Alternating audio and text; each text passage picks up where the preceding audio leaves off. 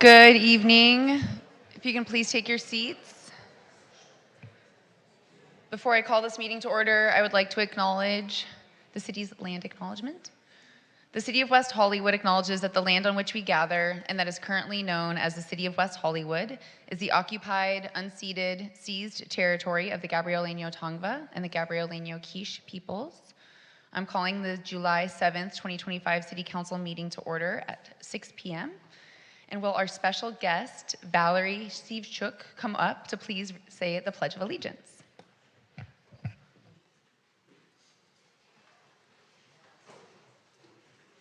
I pledge allegiance to the flag of the United States of America and to the republic for which it stands, one nation, under God, indivisible, with liberty and justice for all.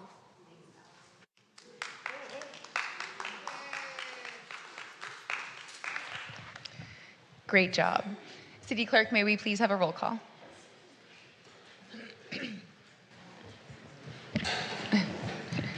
Thank you, Mayor Byers. Councilmember Hang. Here. Councilmember Meister. Here. Vice Mayor Heilman. Here. And Mayor Byers. Here. I wanted to note that Councilmember Erickson will not be joining us today. Thank you. We have a quorum. Thank you so much.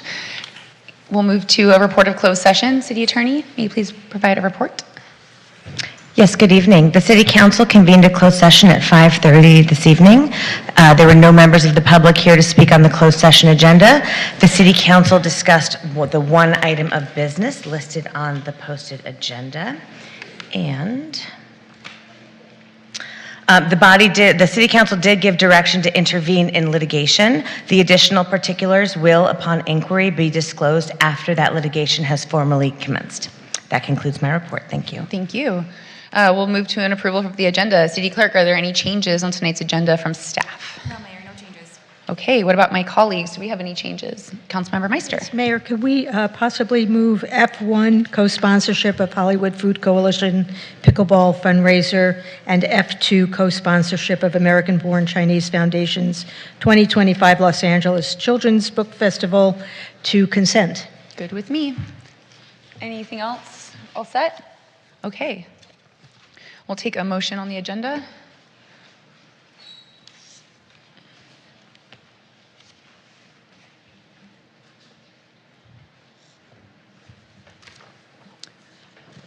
And we have support for the agenda tonight. Thank you. Do we have any Levine Act disclosures on tonight's agenda? No? Okay. We'll move to adjournment motions. Which of my colleagues would like to begin? Okay, Councilmember Meister. Thank you, Mayor. I'd like to adjourn tonight's meeting in memory of Rick Hurst, a West Hollywood resident and beloved actor, best known for his role as Deputy Hogg on The Dukes of Hazzard. Rick passed away on June 26th at the age of 79. He brought laughter and warmth to television audiences for over 5 decades with memorable appearances in shows like Sanford & Son, MASH, Happy Days, and films such as Steel Magnolias and The Karate Kid Part 3.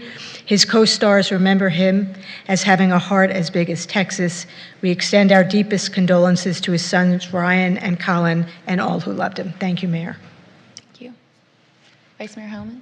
Yes, thank you, Mayor. Unfortunately, I have 3 adjournments tonight. First, I'd like us to adjourn in memory of Joy Claire Newell.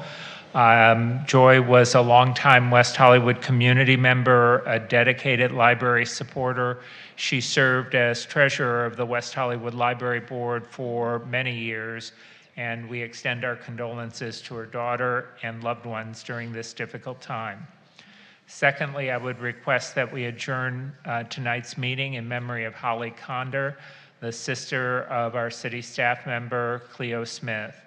Cleo informed me that Holly was a wonderful person, a free spirit, and a light for all who knew her. She was a loving daughter, an amazing sister, and most importantly, a devoted mother to her 2 children, Madison and Hudson. Holly will forever be remembered and missed by her family and all those who loved her. We extend our condolences to Cleo and her family during this difficult time. And then finally, I would request that we adjourn in memory of Dennis Holt. Dennis was a pioneering force in the media and advertising industry and a longtime West Hollywood business owner and philanthropist. Dennis co-owned Ad Relief of Greater Los Angeles, an organization that provided critical aid to advertising professionals in times of crisis.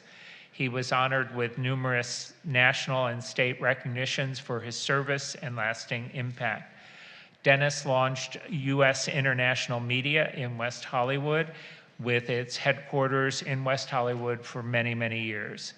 Dennis was a self-made success. He was admired for his resilience, his generosity, and his vision. We extend our deepest condolences to his wife, children, and grandchildren, and all those who knew and worked with Dennis. Thank you, Mayor.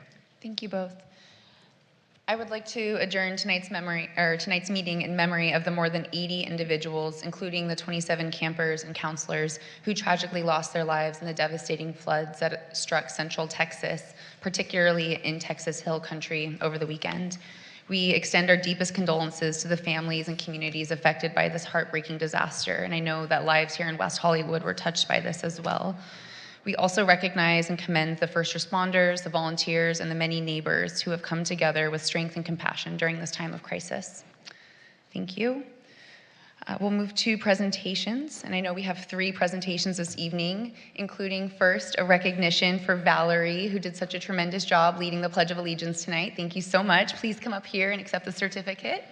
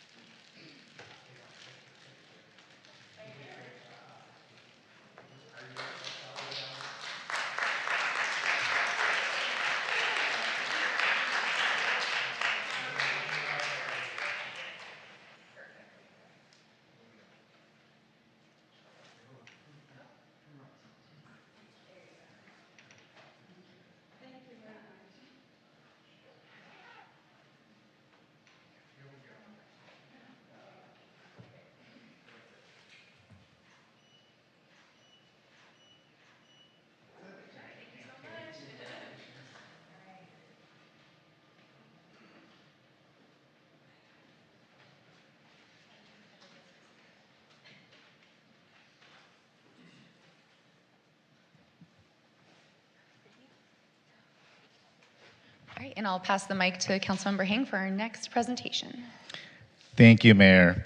At this time, I'm happy to recognize National Hot Dog Day, which this year falls on July 16th, 2025.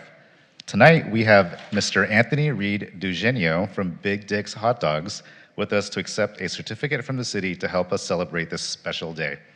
The City of West Hollywood extends its appreciation to Anthony and Big Dick's for being a treasured part of our local street food community. Your presence adds flavor, character, and charm to our city, one hot dog at a time. Small businesses at all scales are the backbone of our local economy and play a vital role in shaping the unique identity and vibrancy of West Hollywood. We wish you continued success and thank you for helping make West Hollywood a unique and welcoming place. At this time, I would like to invite Anthony to come up to the dais to accept this certificate and to take a photo with myself and my colleagues.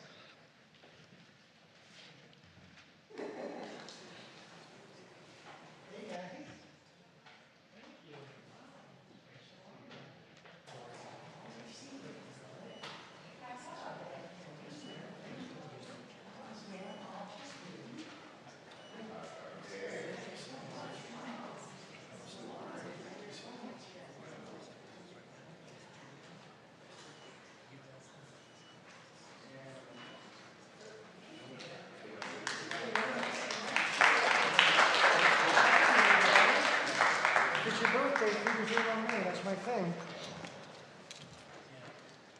Okay. Thank you, Chet GPT. To the glorious, glittering guardians of West Hollywood, Mayor Byers and Honorable City Council, my heart is full of gratitude and a belly full of pride, and possibly a few hot dogs. Thank you for bestowing upon me this prestigious certificate in excellence in collaboration with the culinary wizards of Big Dick's Hot Dogs. I never imagined my name would be uttered in the same sentence as excellence and big dicks, but yet here we are, dreams really do come true. To be recognized by such an iconic city alongside a hot dog institution whose name alone turns heads faster than a drag queen on roller skates is truly an honor. This certificate now sits proudly on my wall next by my Cher vinyl and my Madonna table book. I shall cherish this forever, and at least until spill mustard on it. Thank you for seeing something special to me and possibly in the size of my hot dogs. Size does matter. So stay spicy, West Hollywood. You've got the buns and I've got the gratitude. Thank you for everything. Thank you.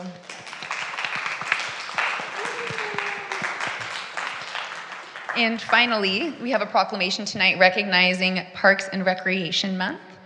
July is Parks and Recreation Month, and we're proud to take a moment to recognize the important role that recreation plays in building a healthy and connected West Hollywood. I will now read a proclamation to officially proclaim this month. Whereas Parks and Recreation is an integral part of communities throughout the country, including the city of West Hollywood. And whereas Parks and Recreation promotes health and wellness, improving the physical and mental health of people who live near parks. And whereas Parks and Recreation promotes time spent in nature, which positively impacts mental health by increasing cognitive performance and well-being, and alleviating illnesses such as depression, attention deficit disorder, and Alzheimer's. And whereas Parks and Recreation encourages physical activities by providing space for popular sports, swimming, and many other activities designed to promote active lifestyles.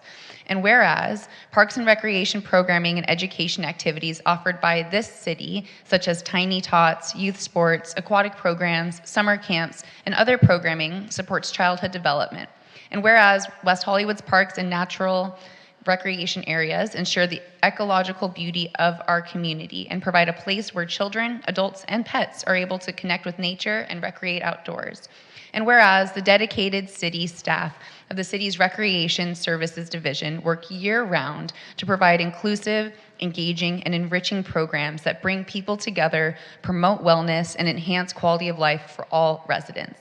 Now, therefore, be it resolved that the City Council of the City of West Hollywood hereby proclaims July 2025 as Parks and Recreation Month and extends its appreciation to the staff in the city's Recreation Division for all they do to support our community through exceptional programming and service. So at this time, I would like to invite that fabulous staff from our Recreation Division up here to take a photo with us.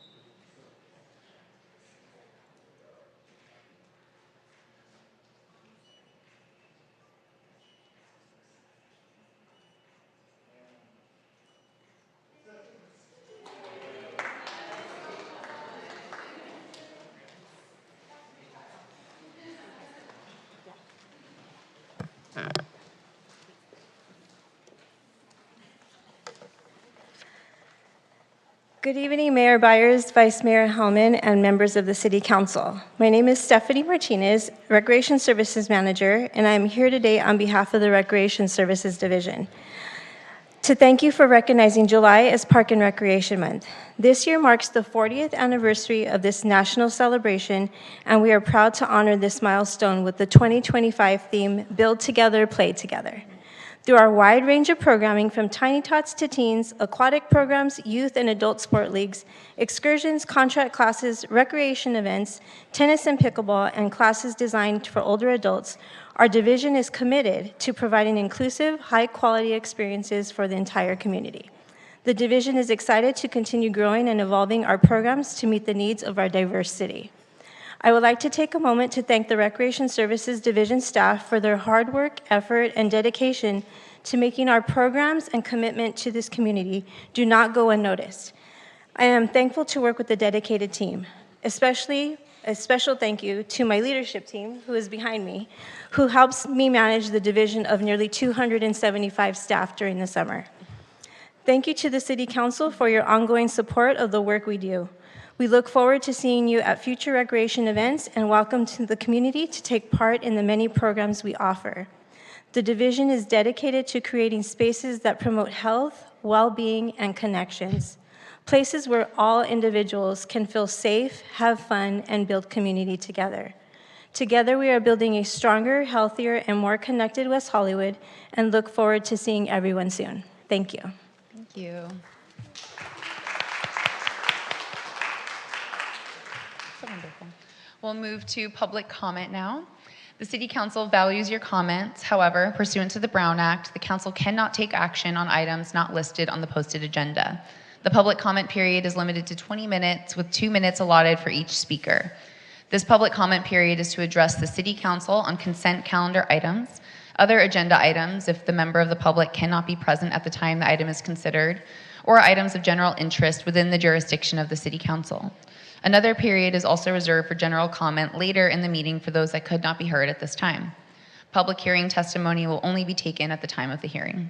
If you signed up to speak on both consent calendar items and general public comment, as well as an item that was moved to the consent calendar, you may take this public comment period to speak on consent calendar items. You may also sign up to speak during the second public comment period for your general public comment. Lastly, speakers should not bring any items to the podium other than a prepared written statement and/or writing materials. City Clerk, how many speakers do we have signed up? We have 6 speakers in council chambers and 2 in Zoom. Terrific. I will begin calling folks, and we look forward to hearing from you.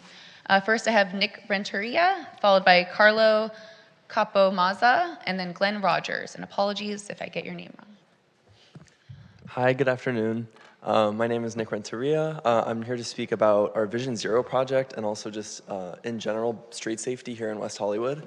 I'm a biker. I was hit by a car on Santa Monica Boulevard between the intersection of Crescent Heights and Santa Monica Boulevard. I was hit by a car who tried to pass me without leaving the lane, which is obviously very illegal in the state of California.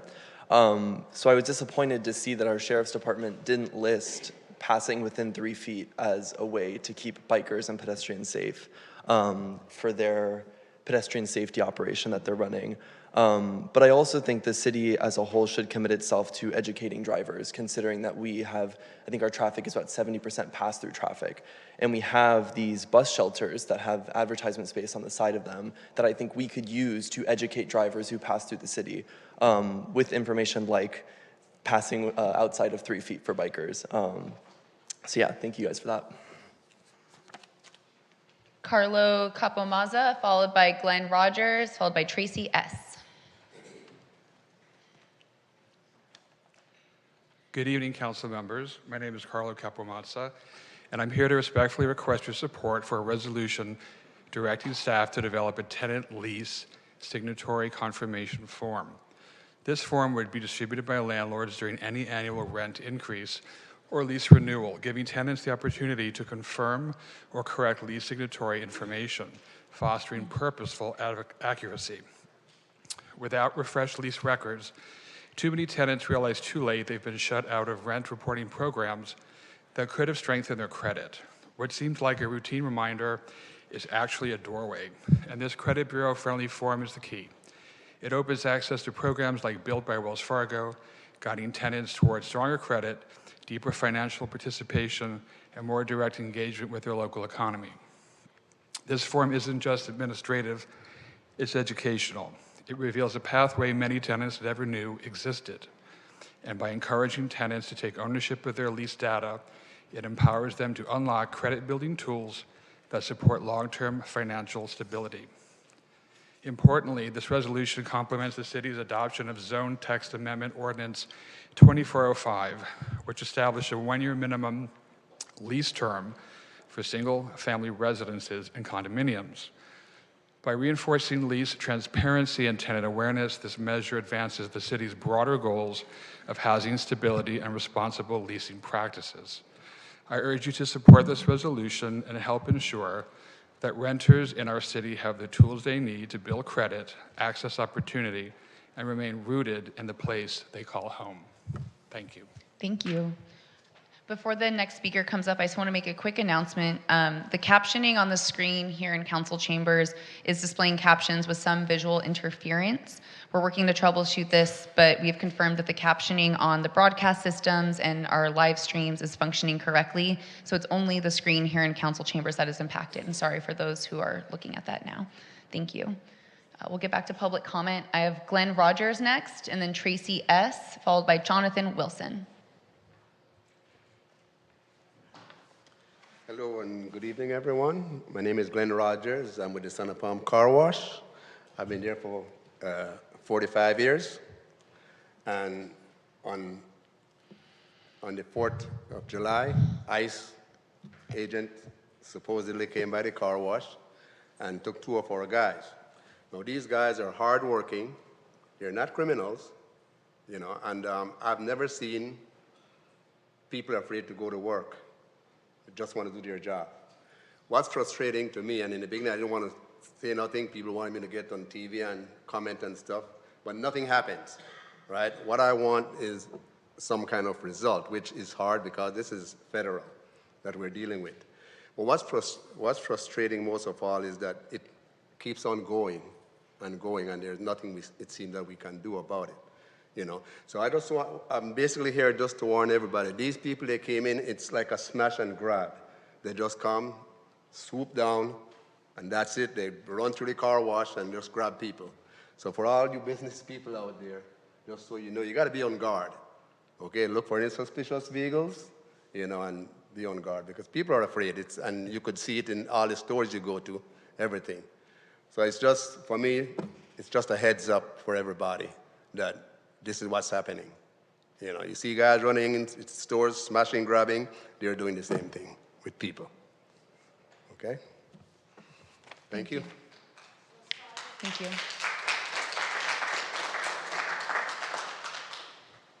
Thank you so much for coming out and sharing. Tracy S., followed by Jonathan Wilson, followed by Richard Eastman. Tracy S. We'll move to Jonathan Wilson, and then Richard Eastman.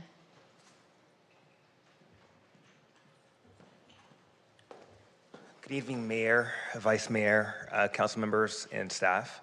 I too actually wanted to speak about Santa Palma Car Rush and just want to express my condolences for the business that was really impacted.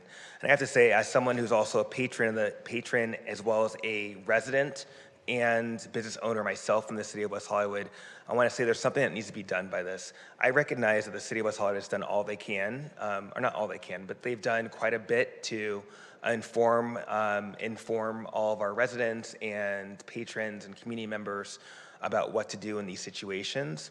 In addition to that, I believe there's more that can be done in the sense that I believe that the Social Justice Advisory Board is here to support the council as well as the city of West Hollywood and their community that we live in.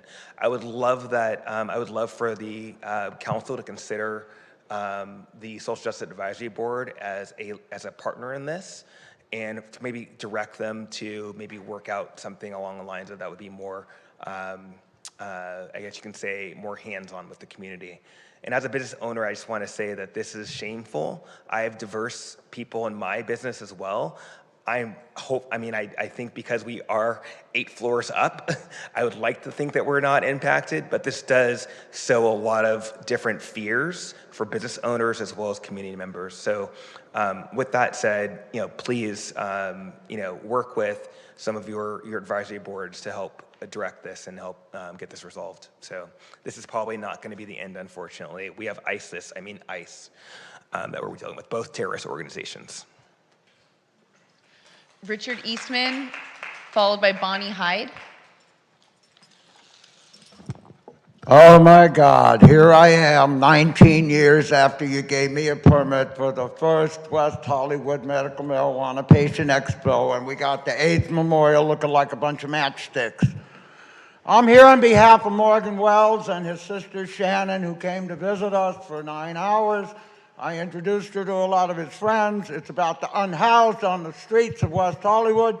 The family is still concerned about his untimely death at the age of 36, maybe due to that chirping machine and greedy landlords. And it's also about civil rights for all Americans, reserved whether they smoke marijuana, drink whiskey, or counsel people that are drunk on the streets of West Hollywood. I'm a gay man living with AIDS, 72 years, or maybe I'm 82. And my 55th smoking at the White House happened on Friday, and the old guy, 78 years old, that might go to jail in Idaho for 50 years for 50 pounds of weed, Dana Beal, Abby Hoffman, was arrested in Idaho, and he was there smoking weed. And then 1,000 people marched in from Logan Square and said, blip, blip, blip, Donald Trump, and the Secret Service ended my peaceful event. We have to be peaceful on the streets of America and West Hollywood and California and San Francisco and the 40 states that Dennis Perone and I did when we came to this city. And John Heilman, we asked him to bring medical marijuana here. And I demand an investigation, and the family, Shannon, his sister, wants to know about that chirping machine and the vibration or whatever happened to him. And I know toxicological takes a few weeks.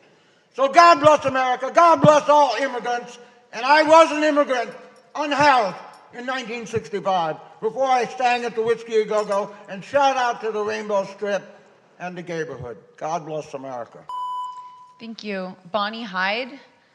And if anyone else here in chambers wish to speak, please submit your public comment slip now. We'll turn to Zoom after Bonnie speaks.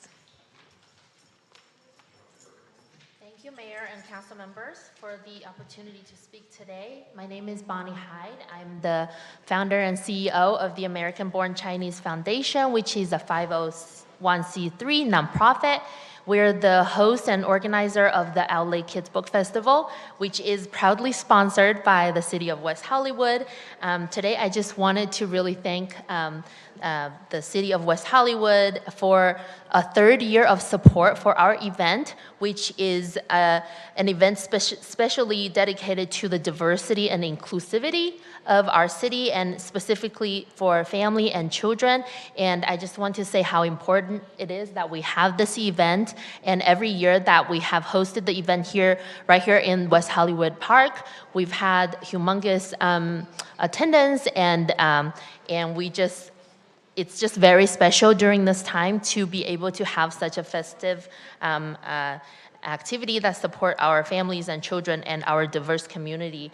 And this year we are almost even sold out, and we are going to be showcasing 75 plus, children's authors and illustrators, including multiple languages and very diverse cultural backgrounds and performances for families and children. So just again, really wanted to say thank you for the support, the city of West Hollywood. Thank you. Thank you. We'll go to the Zoom speakers and then come back to council chambers, or do we have more folks signed up in council chambers? We have one more who signed up for F3, wishes to speak now. Okay, we can do that. We'll take Raphael G now then, and then we'll go to Zoom. Dear council members, despite contributing over $11 billion to the US Treasury in 2024 alone, these hardworking souls find themselves treated like pawns in a sleazy game. But of course, they all appear more a threat of national security than the well-documented addict living and dealing drugs in my apartment building. Explain to us, dear council, how was there no sign of a sheriff when a convoy of G.I. Joe wannabes, weapons poised, raided a total business as if there was an action movie? Our cries today to this council, Lawyer Langer, and entourage garners less attention than whispers in the wind tomorrow, I'm afraid. The West Hollywood sheriffs in action does not surprise any of us. Our sheriffs chosen to hide right across the street while people were kidnapped a block away. They too aligned their weak frustrations for an inaction with council member Hanks. Aimless, that is not right, we will look into it. That echoes this sort of like we care deeply crappy response after preventative crime snuffed out the lives of families and friends in our community. How was your carefree 4th of July with family members? If the door burst open right now and armed masked individuals in combat gear, loaded and unlocked, dragged Danny Hang out of his chairs, do you think the sheriffs would defend his kidnapping? He looks about as American as I sound like one. Supporting policies straight out of an Orwellian dystopia and having to explain away why you still don't have an effective plan in action to prevent illegal deportation is certainly more convenient, isn't it? There are people sitting behind me agreeing to deport illegal alien is okay, and you fail to inform them clearly why they are wrong. Many of us could paint a 1930s Germany likeness, but perhaps you're too busy polishing your ambitions for higher offices to notice this repeat.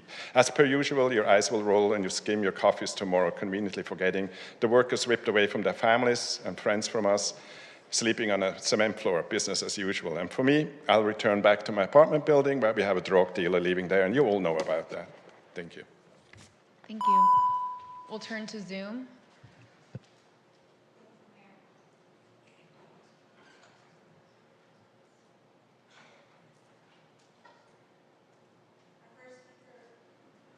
Our first speaker is Genevieve Morrill. Genevieve, please press *6 to unmute yourself, and you will have 2 minutes.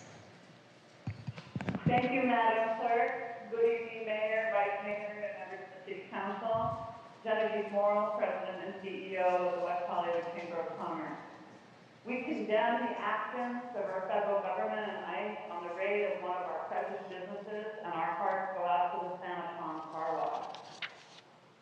The partnered program coming up we put together for this Friday at 10 o'clock on Zoom for all businesses to come and learn about their rights. So please attend, all are welcome, and please reach out to me. This is about knowing your rights as a business if ICE or immigration or anyone should come to your door. There are things you can do.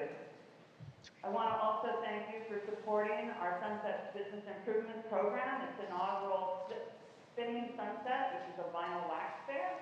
We have about 35 vinyl vendors that will be at the Pink Dot parking lot on August 16th, all day, Saturday. So come one, come all, and enjoy businesses at the Strip. Thank you. Thank you. Thank you, Genevieve. Our next and final speaker in Zoom is Adam Darvish. Adam, please press *6 and you will have 2 minutes. Mayor Byers, Mayor Howland, and Council and staff, I'm calling in memory of the innocent people in Israel and Iran that were killed during the crossfire between the two nations, and feel sorry for the Israeli people that lost their lives because of the government that the Iranian people have been struggling with and trying to get rid of for 40-some years. I also want to make a comment about speed. I'm heartbroken to see the street name in the article. An example is Betty Way, a dead end street that's very short, almost no traffic.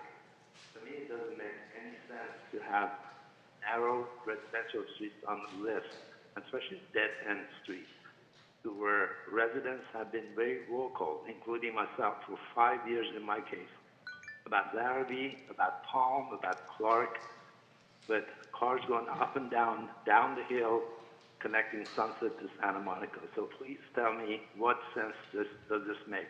Is it a consultant from Kalamazoo, Alabama, or Ontario, Canada, with no knowledge of West Hollywood, given this recommendation? Thank you so much. Thank you, Adam. Mayor, that was our final speaker in Zoom. Thank you. Thank you to all the commenters who came out and spoke. And just to touch on, I know the raid that happened at the Santa Pom Car Wash is top of mind for folks. I really appreciate the speaker coming out and sharing your experiences. So folks know we have tonight on our agenda item F3 to discuss actions under the city. I hope you'll all stay and be a part of that discussion or go home and listen from there. But just wanted to address that we changed the agenda tonight to ensure that we could have time tonight on the agenda to talk about that specifically. I'll hand it over to our city manager for your report. Thank you. Thank you. Thank you, Mayor. Good evening, Mayor, council members, and public.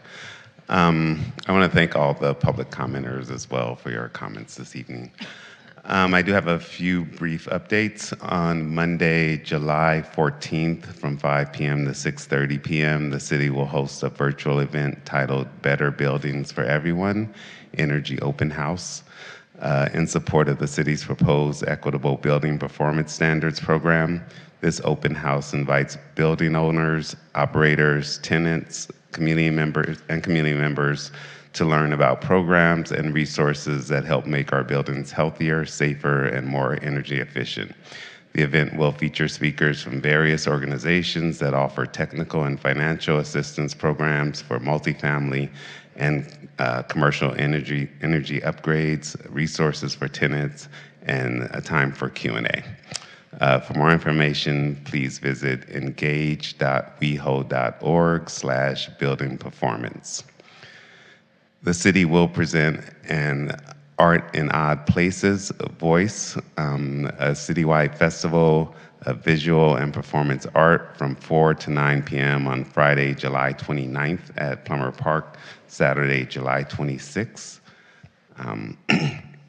at West Hollywood Park, and Sunday, July 27th on Sunset Boulevard. Art in Odd Places honors the voices of creativity, resilience, and advocacy, and reminds us that when people make their voices heard, extraordinary change is possible. The project is presented in celebration of the City of West Hollywood's 40th year anniversary of cityhood. And finally, we do have another Summer Sounds concert that will feature music with an upbeat tropical flair by Pongo, I believe it is, Pongo, on Sunday, July 27th at 4 p.m. at Plummer Park. For more information on the Summer Sound series, visit weho.org/arts. And that's it for my updates. Thank you. Thank you. City Clerk, what is the fiscal impact on tonight's consent calendar? The fiscal impact on tonight's consent calendar is $4,334,593 in expenditures, $0 in revenues, and $23,272 in waived fees. Thank you. We have a motion to approve. Do we have a second? Great.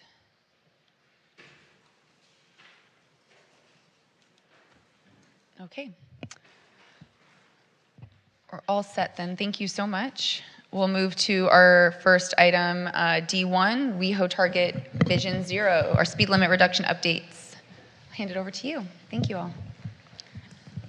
Good evening. While we're getting set up really quick, I'm Jennifer Alkire. I'm the Acting Director of Community Development. I'm joined here by Francisco Contreras, the Planning Manager overseeing long-range planning, and by David Fenn, Senior Planner in long-range planning. And David will be giving the presentation. Thank you. Good evening. Would Council like a full presentation on this? A shorter presentation is totally great. Okay, I'll go through this quickly. Thanks. So the background is essentially that was a follow-up item on the previous speed limits the Council approved back in January.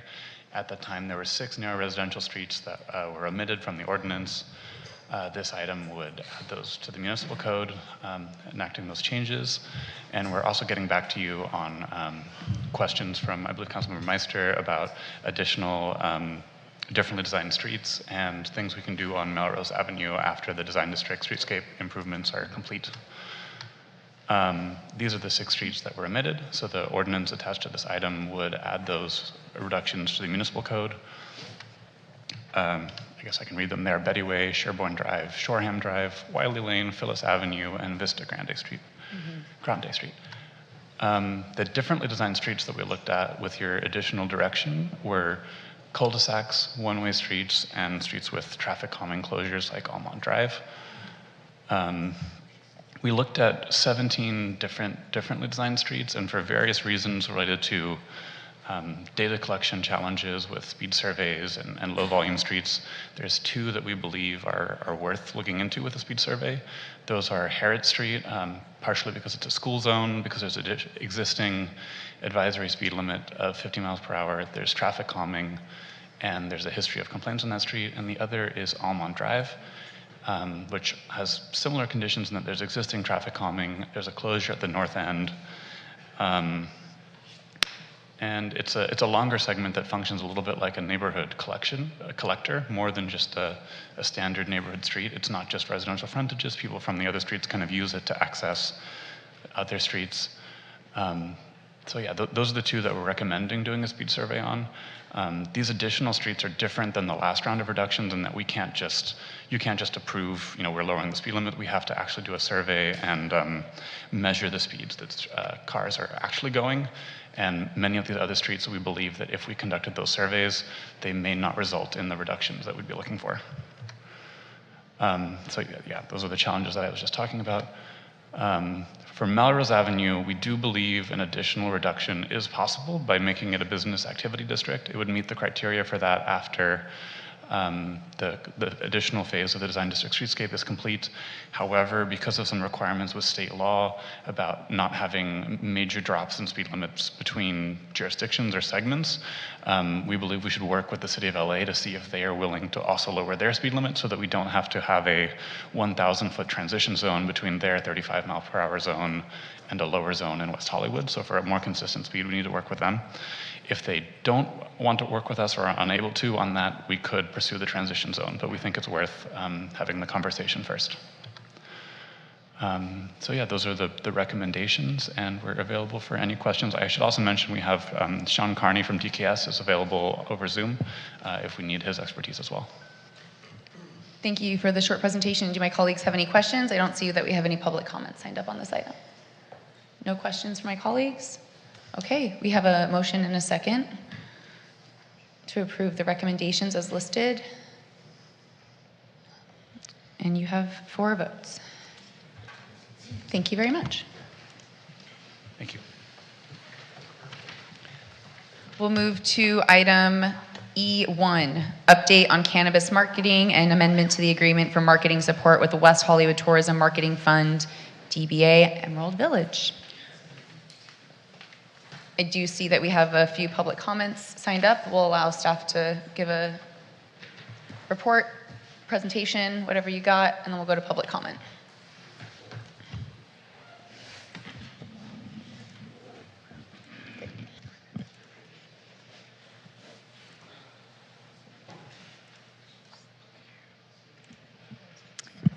Thank you. Good evening, Mayor, members of the City Council. I'm Laura Byrie, your Director of Economic Development, and I'm joined for tonight's presentation by Paolo Cresperdet, our Business Development Manager, as well as Lauren Langer, our City Attorney. At this point in time, I'm going to turn it over to Paolo to give a brief presentation on the item, and staff is available to answer any questions.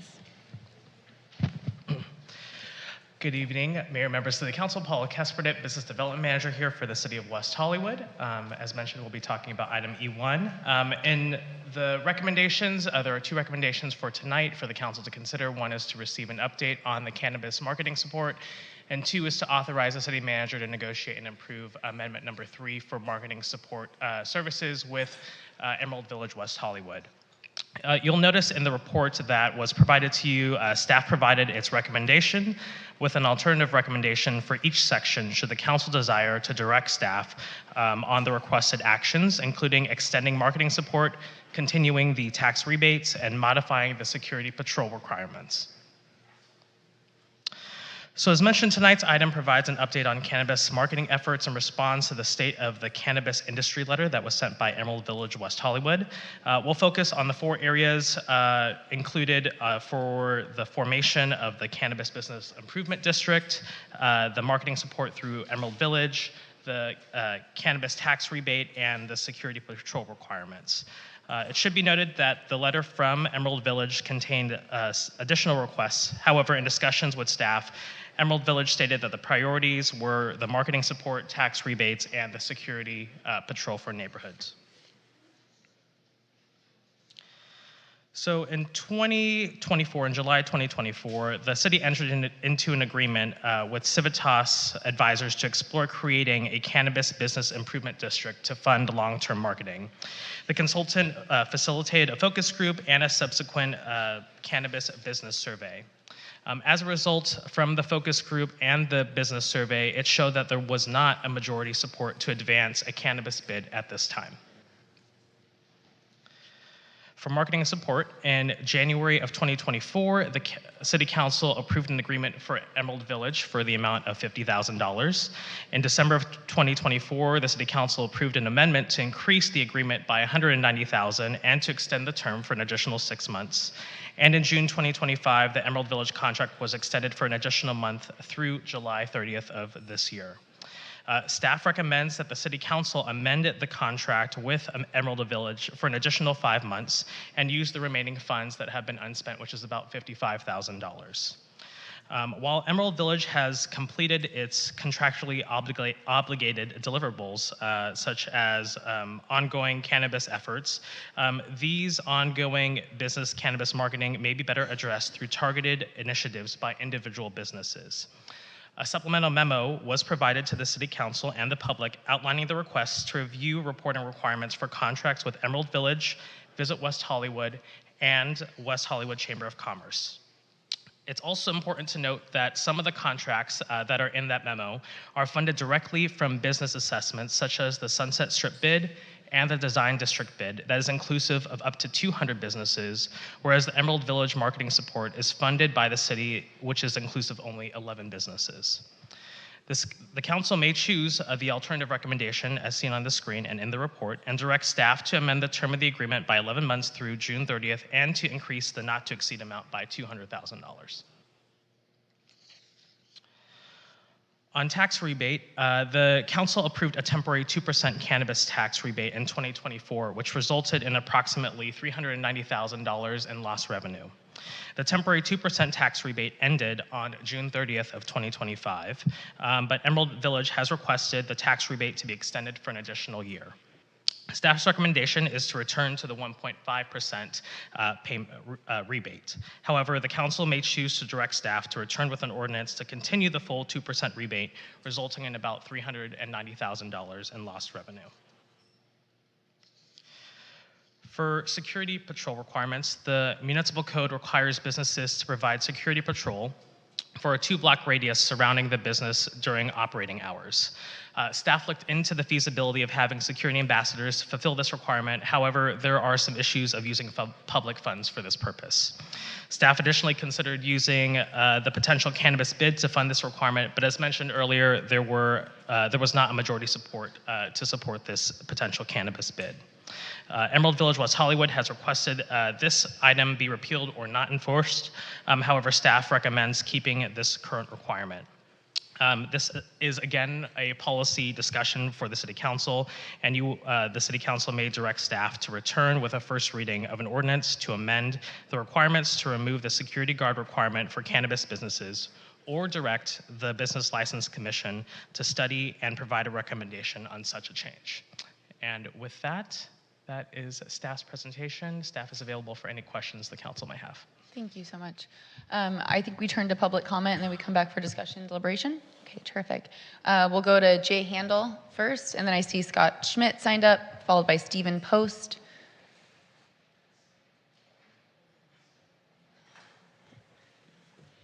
Good evening, Mayor. Good evening, council members.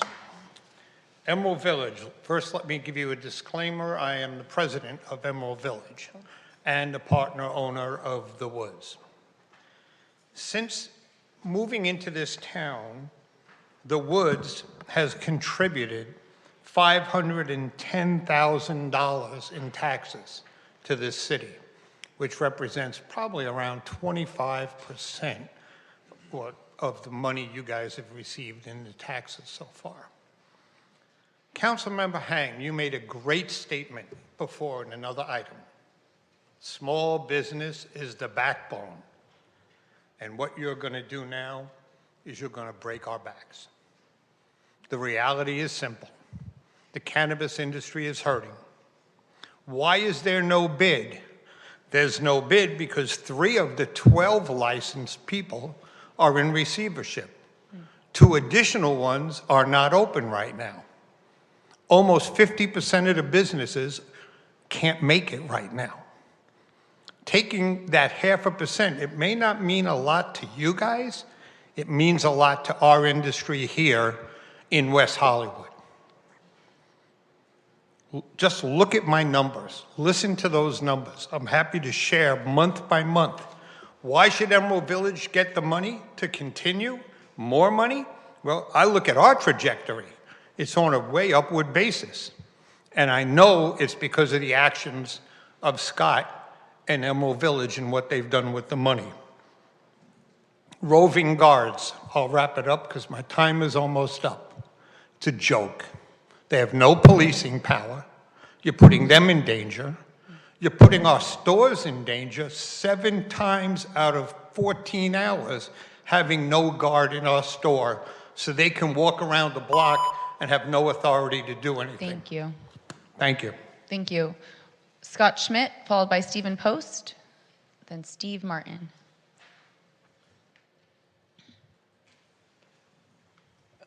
Good evening. Again, Scott Schmidt, resident of West Hollywood, executive director of Emerald Village, and I think you can feel the pain from Jay and the other licensees. 3 years ago, the state sold 1 million pounds of cannabis and got 1.5 billion in revenue. That's $1,500 a pound. Today, that price is $700 a pound. So the fact that in West Hollywood we are getting the same amount of revenue means that we are selling twice as much cannabis as we were 3 years ago. That's not because the people of West Hollywood are smoking 3 times as much. People are coming in because of what we're doing in these special places that have been created with millions of dollars invested in it. We still need your help. I'm here to answer all of your questions. I have lots of data about the economic impacts and what it's meant just since last July. You know, we can account for $900,000 to $980,000 of additional revenue that's been generated by the fact that West Hollywood's doing better than the rest of the state. You know, locally, we've wanted to bring people directly into the stores. We've had a number of initiatives for that. We've distributed more than 3,200 copies of our maps. We signed up 1,293 people at Pride events. We organized a citywide scavenger hunt with 418 participants. We held a community public arts, performing art event 10 days ago and handed out 100 cards from Kanha for people to claim gift bags in West Hollywood places. And you know, globally, we're putting West Hollywood on the map. We sponsored the Planted podcast, which is an award-winning podcast. Ilhan Omar is going to be on it, and Stephen Post and I are going to be on it. So we're in great company. We sponsored the Consumption Lounge at the International Cannabis Business Conference, the largest event in Europe. 5,000 people who travel, pay $500 to attend a conference, all went out to smoke, and they learned about West Hollywood from us. And if we receive the continued funding, we'd hope to be able to build on this success and more. The community has spoken. They've been unanimous in their support, and I hope you will be too. Thank you. Thank you. Stephen Post, followed by Steve Martin, followed by Sarah. Hi all, Stephen Post, Public Safety Commissioner, but here in my capacity in my job at Last Prisoner Project. We've done a lot of work with Scott and really just wanted to say thank you to the folks at Emerald Village. They've really been supportive of our mission as you all have. Back in April, we did an event at Pleasure Med with them where we were scooping ice cream with Ben & Jerry's, trying to get folks to push governors to grant clemency for cannabis. Emerald Village was really a part of that and more. We recently launched a series called Loud and Proud with a producer called Culture Machine and Justin Simeon, who did Dear White People. Really a series about tracing the smoke back to its source and the overlap between LGBT groups and the AIDS and HIV epidemic, and really the push for legalization and how those things are intertwined. And so I think it's really important to highlight some of these collaborations because that education is so needed. We have such great dispensaries and such great access here in West Hollywood, but there's so many other cities and states that still have a lot to do as it relates even to just cannabis justice. And so being able to promote those types of things through the city of West Hollywood, using folks like Laganja Estranja, Georges, our own Queen of the Emerald Villages, Sabiana, is also in that Loud and Proud series. And so making sure that we're able to continue to use funding to promote those types of events and those types of series is going to be really important. We have an upcoming one that we're actually doing with the LA Blade around cannabis at their weekly dialogue series at the Abbey. And so I think Scott's also done a great job at interacting with the alcohol and other bars in the area to make sure that we are sending folks to our dispensaries. And so I really just think that we need to continue to be investing in Emerald Village and appreciate all of the support that you all have already provided to that. Thanks. Thank you. Steve Martin, followed by Sarah, then Lynn Hoopengardner. Steve Martin, West Hollywood, chair of the East Side Neighborhood Watch Group. You guys have our letter. That letter was a consensus of our board, a unanimous consensus of our board. We've been in existence for a long time now, and we've got 4 marijuana dispensaries in our neck of the woods, and they've all been good neighbors. And when there have been issues, I have to tell you, if I have a problem with just like a regular business, I could call the Chamber of Commerce, and I might get a phone call back. Not all businesses are part of the chamber. But if we need something or we need to talk to any of the marijuana dispensaries, I just need to call Emerald Village, and we have an immediate line of communication and have had those communications because this organization exists. So it's actually been really, really helpful. We have not had complaints for a couple of years, maybe longer, about any of the dispensaries in our area. And I have to say, I think the city and Emerald Village and the dispensaries take a lot of pride in what they're presenting to the city. I mean, clearly Woods, Artistry, Pleasure Med, I mean, these are very, very, very classy places. These aren't just storefronts taking up empty space, which of course we do appreciate. These are places that are attractive, that bring in a high-class clientele. None of these places are cookies. It's just been a positive experience, and the history of the city has helped, but it has really helped by having this organization that has insisted that these groups be part of our community. They've supported us at Neighborhood Watch, National Night Out, and they're very integrated into our part of town. So thank you. Thank you. Sarah, followed by Lynn Hoopengardner. I'm going to apologize right now because I think I'm having a bit of an SVT attack. Hi, I'm with Sunset Social Club. We just finally opened. We are accepting applications for our membership, and that has been a process, and I thank everybody here that did help us get open. But everybody before me has told you it is rough right now in the cannabis industry. I'm sure you know Pleasure Med has now reduced to, they're turning their big consumption lounge now into alcohol instead because the market's hard, really, really hard. The security, the extra security is backbreaking. It really is. And we're a membership lounge. It's beautiful. It's old Hollywood, like cigar bar. It is, we are trying to bring the cream of the crop, and that 0.5%, again, like they said, it doesn't mean a lot maybe to the city. We're bringing in lots of taxes to the city, but that little bit helps a huge amount, especially with the excise tax statewide going up on cannabis. So I would just say, I haven't had yet, because we just opened and Scott and I have been communicating, I haven't had a lot of experience with them, but we had a member come in who said they got thing at Pride from them, and that's how they found out about us. So I do think that it is a wise investment for the city, and would be much, much appreciated. I am a struggling new business owner who is really trying to make this work, because there's a lot of us who want these kind of places where we don't drink, but we want a place we can go be social with the people and have meetings. I had an entertainment lawyer. We had a screening in our lounge last night, and the entertainment lawyer for the movie was like, this is perfect. I live in the South Bay. I have my office in Beverly Hills. I need a place I can have meetings where I'm allowed to smoke.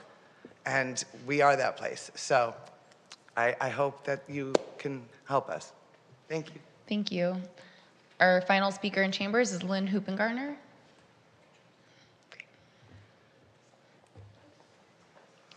Good evening, Lynn Hoopengardner. I'm here as a citizen, not as a planning commissioner.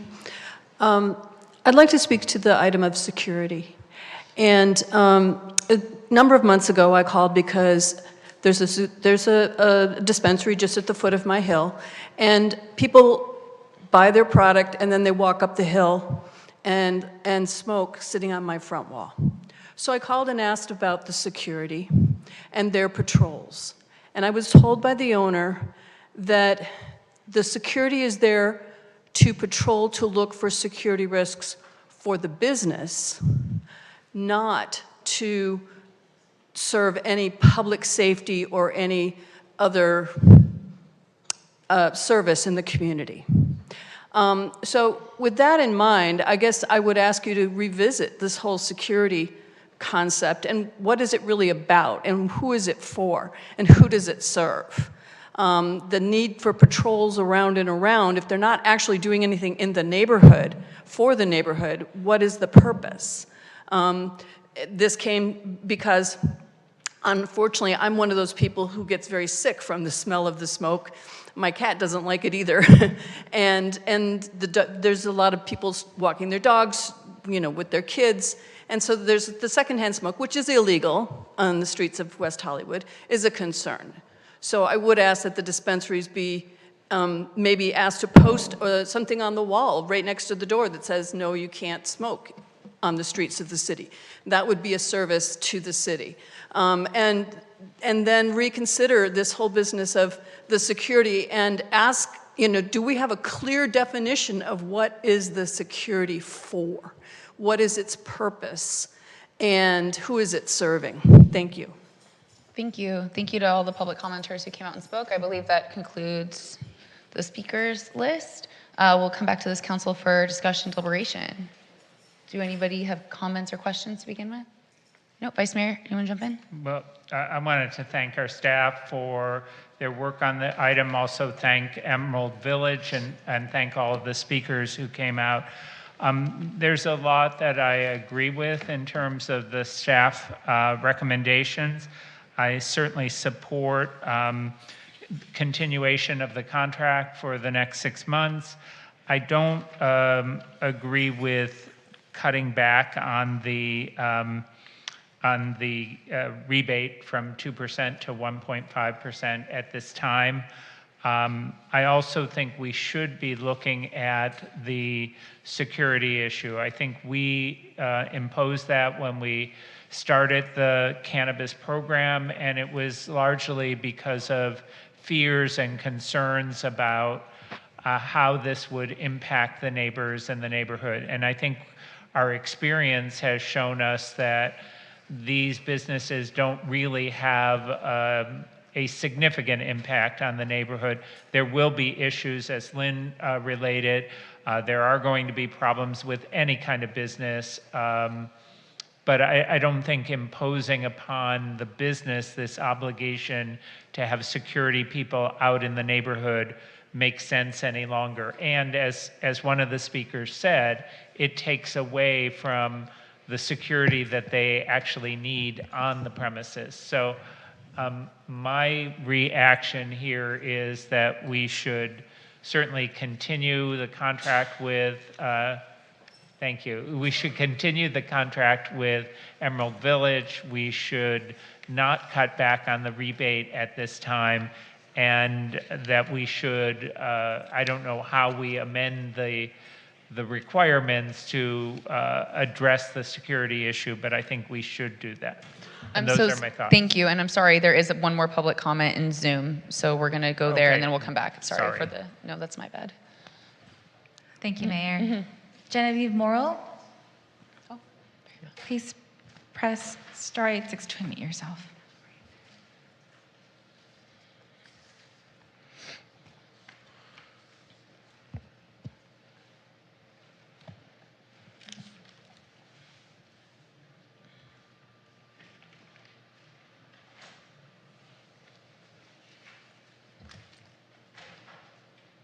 Genevieve, if you're speaking, we can't hear you.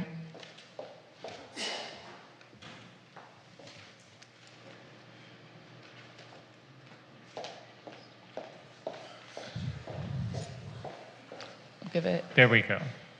But I don't see her. Yeah, I don't see her there either. Oh, I think she dropped. Okay. Sorry. Okay. We will let her know, and we'll come back to the council for discussion. Thank you, Vice Mayor Heilman. I heard you support for a 6-month agreement as stated in the report, the 1.5% rebate as stated in the report, but a reexamination of the security or even a looking at the code itself and just bringing back a change to that. No, I'm sorry. I'm in favor of retaining the 2% That's right. rebate for some time. Got it. Mayor, may I just make one comment? There was a supplemental piece of information that was provided to the council, and there's a couple copies up on the front that are available for the public if they want to see it as well. Thank you. Thank you. Is this the same that came via email today? And it was already posted online, right? It was posted online when you sent that. Oh, it wasn't? Okay. Okay. Sorry for the mix-up. Councilmember Meister. So I have a couple of questions first. When you were asking about the possibility of a bid, when you were talking to the business owners, did you ever ask them if they were ensured that they were getting 2% back on the tax, the West Hollywood tax, or if the tax was lowered, would they then be willing to have a bid? In other words, if they had the same amount of money coming back to them that would cost for them to run a bid, let's say it was $200,000 or $250,000 or $300,000, whatever it is, did you ask them if that changed? In other words, the tax amount, would they be interested in having a bid when you discussed it with them? Thank you, Councilmember Meister. So with regard to proposing any specific percentages, we did not propose specific percentages to them for discounts that the city would take on the rebates. Some of the businesses did say if the city is willing to lower our taxes, we may be interested in considering some type of bid, but the numbers that were run by Civitas equated to very little amounts for the potential generation. Okay, so they weren't given that option, and so it's possible there is an interest in a bid if they knew that their taxes would be lower and they'd be able to pay for it without being additional money that they are putting out, is my point. Some of them did provide that feedback in the discussion. Okay. Yes. In the staff report, you talk about block by block being public use of public funds if we were to direct the security to block by block in terms of just roaming the neighborhoods, which they're supposedly doing now anyway. Do you think that it's block by block targets Rainbow District because of all the bars? Do you think that's a use of misuse of public funds? I think the conversation was about the city paying for security for just one category of business when you have lots of categories, which is a little different than your question, but the comment that Paolo made during the staff report was about the city providing security for one category of business, but not every business in the city. Okay, so what I would say then is I would make a suggestion. I agree with Vice Mayor Heilman that it does take away from the business to have the guards away from the business. I also think that we have block by block out there roaming commercial neighborhoods that are considered to be a little higher risk than other neighborhoods. We have them roaming around in residential neighborhoods that we think, well, they've had to cut back on the residential. Please. They have had to cut back on the residential. However, if we made the direction to increase the residential patrols, it wouldn't be any different than having the businesses' guards out there patrolling, with the exception that they're working for the city and that they know why they are there, that they are working for the city and they have to make sure that the laws of the city are being followed. And it would be the same in terms of they're not armed, just like the guards are not armed from the businesses. So my feeling is that we purposely got that tax, the cannabis tax, and put it on the ballot to have money. Yes, it goes into the general fund, but how did we sell that? How did we sell that tax? We said, oh, this can be used towards public safety. This can be used towards this or that to lower the impacts of the cannabis businesses. So I don't see where this is a misuse of funds to increase residential patrols by city contractors versus having the businesses have to do it. So I think that we could take away that part of the conditions that are in the ordinance or whatever conditions in whatever the business license that they have, as long as we increase the number of patrols of block by block in our residential neighborhoods. And we don't have to say it's just in those specific, they're spread out across the city, that they go to areas where we know there could be more impacts from businesses in general. And again, just like the Rainbow District, that's why there are, the things that they stand by, and that's why they're there, right? I'm having trouble thinking. Okay, so that's my feeling about that. I also think I agree about keeping the full rebate, or an alternative to that is to lower or reduce or rebate that amount with the condition that a bid is formed. And that money continues to go as long as that bid exists. Because this way, those businesses have control over their marketing, over how the money is spent, rather than our staff having to have that oversight, when they're not necessarily cannabis marketers, and Emerald Village is. So I would rather see them be able to afford to have a bid and be able to handle their marketing needs. Obviously, they're thinking out of the box. I mean, the international panel, to be an expert speaker, on the panel, that's a big deal. And that is something that this city, this little city, is out there doing on an international level that is not being done otherwise.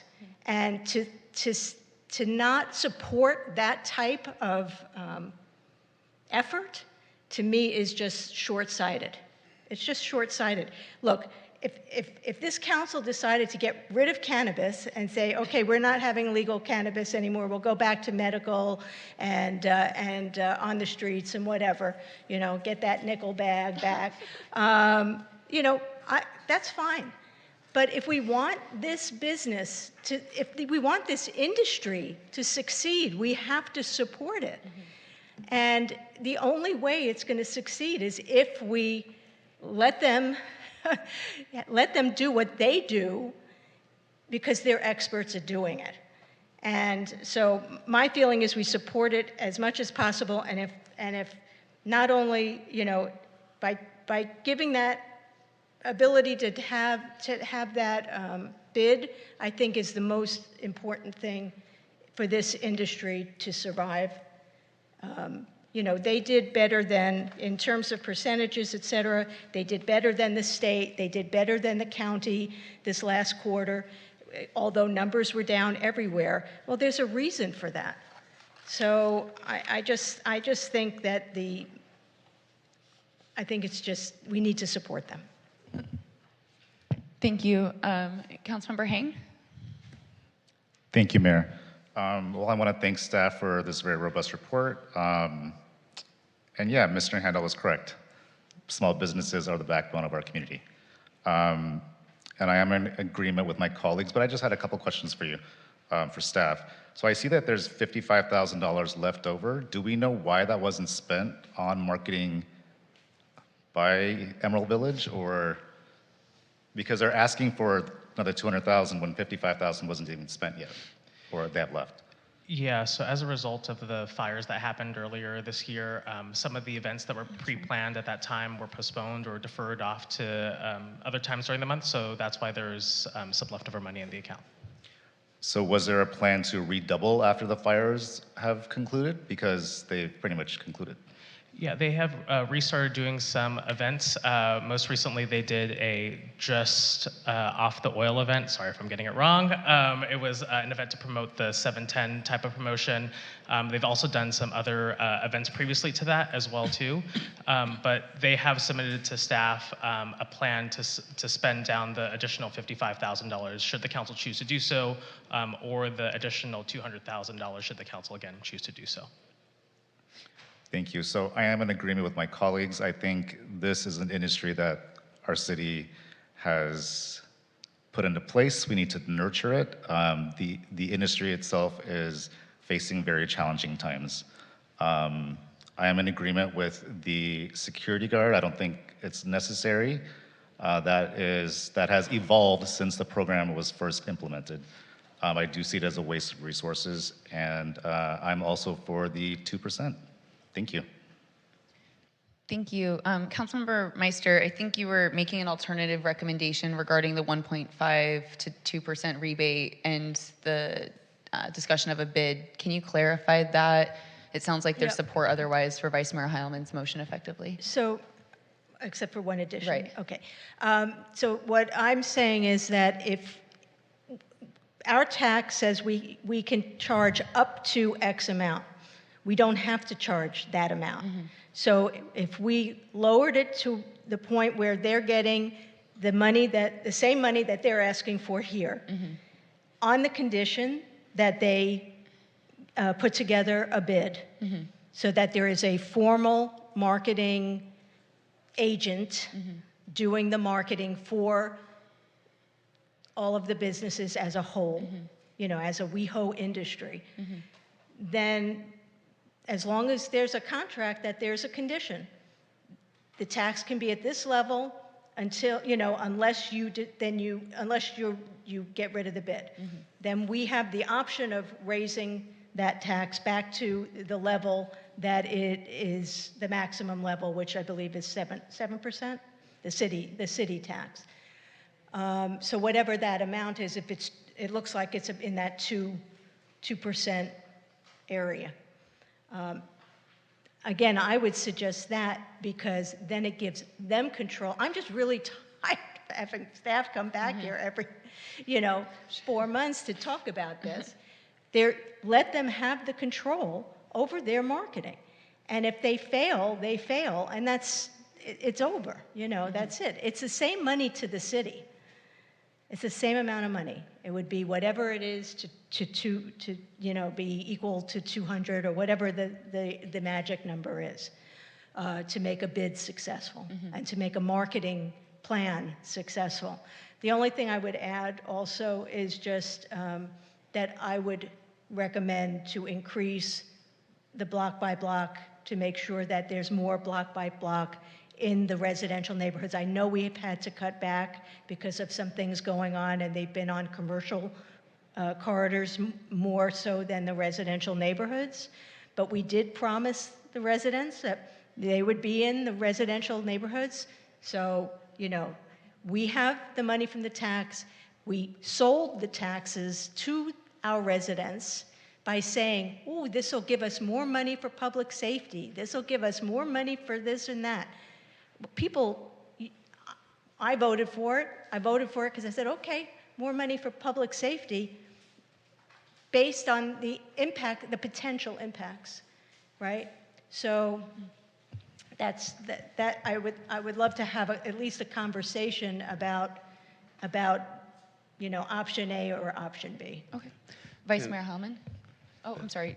Go ahead. I was just going to suggest if the council does decide to go in that direction, that they not direct staff tonight to increase block by block. We'll have an item come in a few meetings from now to talk about the security ambassador program and the new community safety officer program. And so we can make adjustments at that time. I don't want to do this based on the current block by block. Okay. Vice Mayor Holloman? Yeah, so to David's point, I think if we decide to get rid of the security guard requirement for the neighborhood, this could be one of the priorities for whoever the security company is, whether it's block by block or security ambassadors from the sheriffs, that it be a stop on their activities in the neighborhood around the cannabis clubs. I do want to go back to the idea of the bid. I love the idea of a bid. The problem is that the current businesses are not willing to support it, and there are several businesses that are not currently operational. So I would recommend that we, sort of revisit that at a later date. And I agree, I don't want staff to have to come back every 3 months or 4 months. Perhaps the idea should be that we, if we're interested, that we enter into a longer term contract with Emerald Village with a sunset date, with the expectation that it will be replaced by a bid, and then the bid could contract directly with Emerald Village to operate the bid. But at this point, I don't think a bid is in the cards because the businesses don't support it. I agree with that sentiment of a longer term for the contract, with the idea that it leads towards something more firm. And I don't know that in 6 months' time, or the 5 additional months to December 31, would allow us to have a conversation about a bid at that moment, and also reduce the amount of time staff is coming back to us for this discussion. So perhaps we're looking at something a year out, which was the alternative recommendation for the longer term contract. And I think in hearing that there were plans for the earlier part of this year that didn't come to fruition regarding the fire, and that's why there was a large sum of money left over that would have otherwise been expended. And now that we're headed into the year, with FIFA, the major events that are starting to come, it makes sense to me that we have more investment at this point in time, looking to what's coming into the region, and in hearing that we're really talking about bringing people to West Hollywood and seizing on these moments. So that makes sense to me to do. The question about the bid, I appreciate you airing out the reality that some of the businesses aren't able to do that, but perhaps by a year's time we're able to do that, and then we can think about some of the tax rebate questions at that moment. So would that mean we're looking at the alternative recommendation for the, instead of 6-month agreement, the 11-month agreement timeline, sticking with the 2.0 rebate as it is, but dropping the security requirement under the code standards, not needing to go to the Business License Commission for a study or anything like that? Councilmember Hing? Thank you, Mayor. Just a question. Does every single licensee have to agree to the bid, or what's the threshold? It's a majority, so over 50% have to agree to be assessed. And it's a weighted vote, so it's based on the percentage of what is estimated that their assessment would be. So if some are expected to pay more, then their vote weighs higher. If some are expected to pay less, and that's depending on how they structure it. If you do it based on a percentage, if you do it on a per transaction, or if you do it based on a set fee per business. Thank you. Councilmember Meister? Thank you. Yeah, and so that's fine. What I would suggest, though, is that we do give the direction to staff to have a discussion with the businesses, and especially since it's only over 50% and it's not 100% of the businesses that have to approve it, that, if there was either a tax rebate or a low reduction of the West Hollywood tax based on the condition of having a bid, if they would be more inclined to do that, and would they prefer that to just begging for money every year? Mm-hmm. I think with that we have a motion on the table. Sorry, may I just clarify the motion just Yeah. for 1 second for staff's purposes? I was going to do that. Oh, never mind. So my motion would be to continue the 2% rebate, to direct staff to continue discussing with the businesses the creation of a bid, that we would adopt the alternative recommendation on the marketing, which would be the 11 months agreement to June 30th, 2026, with the not to exceed amount, increasing it by 200,000 and discontinuing the security guard in the neighborhood requirement and directing the public safety staff to make the neighborhoods around these businesses be priorities for our block by block or similar security program. Keep that out. We're keeping the block by block. Well, not the name block by block, but our security company, whatever it is. Thank you. And Lauren has Well, a I'm just clarification. gonna clarify a few things, that the actual direction to change block by block will come during the security ambassador discussion, and we will figure out the best and most efficient way to remove the security guard requirement from the code, and it's in some of the licenses, so we have to figure out a way to get it out of the licenses as well, but we'll do that in the most efficient way possible. Yeah, and we certainly could direct that it not be enforced while you're in the process of amending the licenses and the ordinance. Can I ask a question? The security guards, though, they would still have security guards in the business? Yes. Yes. Okay. This is the roaming security Yes, guard. okay. I just wanted to make sure that was clear.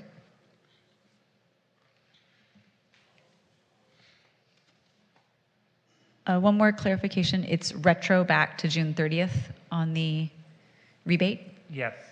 Okay, so we'll have to come back to City Council in August to memorialize that into the code and to do the retro. Right, but that would take a first reading, a second, so it'll take a little while to get that in place, but we've got the fiscal year to reconcile that. Thank you. Thank you. Thank you. And we will move on to item F3, our discussion of recent immigration enforcement activity in the Los Angeles region and West Hollywood. I know that we have 3 public speakers signed up. Should we take them first? Yeah. Yeah. We'll take public comment first, and then we'll come to our discussions. I don't believe we have a formal report, or do you have? We were going to provide an overview of the recommendations that were just handed out, but we are fine not doing that as well if council just wants to have the discussion. I think that's appropriate, but let's go to public comment, and then we'll take that. So I see Nick Renteria, followed by Lynn Hupengardner, followed by Alex Paris. Hi, good evening. First, I just want to say thank you to Mayor Byers and Councilmember Hang for your condemnation on your Instagrams of what took place and also using your platform to make sure that our community knew what was going on. This was really disheartening to see, and I think we knew for a long time it was only a matter of time, which is almost the hardest part, that we had kind of our hands tied behind our back for this. I would like to see our city do everything in its power to prevent this from happening again. And I want us to push the limits of what might be considered usual for something like this. I think we have a president who is constantly pushing the boundaries of what he can do. And I think it's time that we start pushing back. I would also like to see us maybe do some sort of resolution to label ICE a terrorist organization. I think that is truly what it is at this point, is an organization that is here to instill fear in our communities and in our cities, and I think we should call a spade a spade. Thank you. Thank you. Lynn Hupengardner, followed by Alex Paris.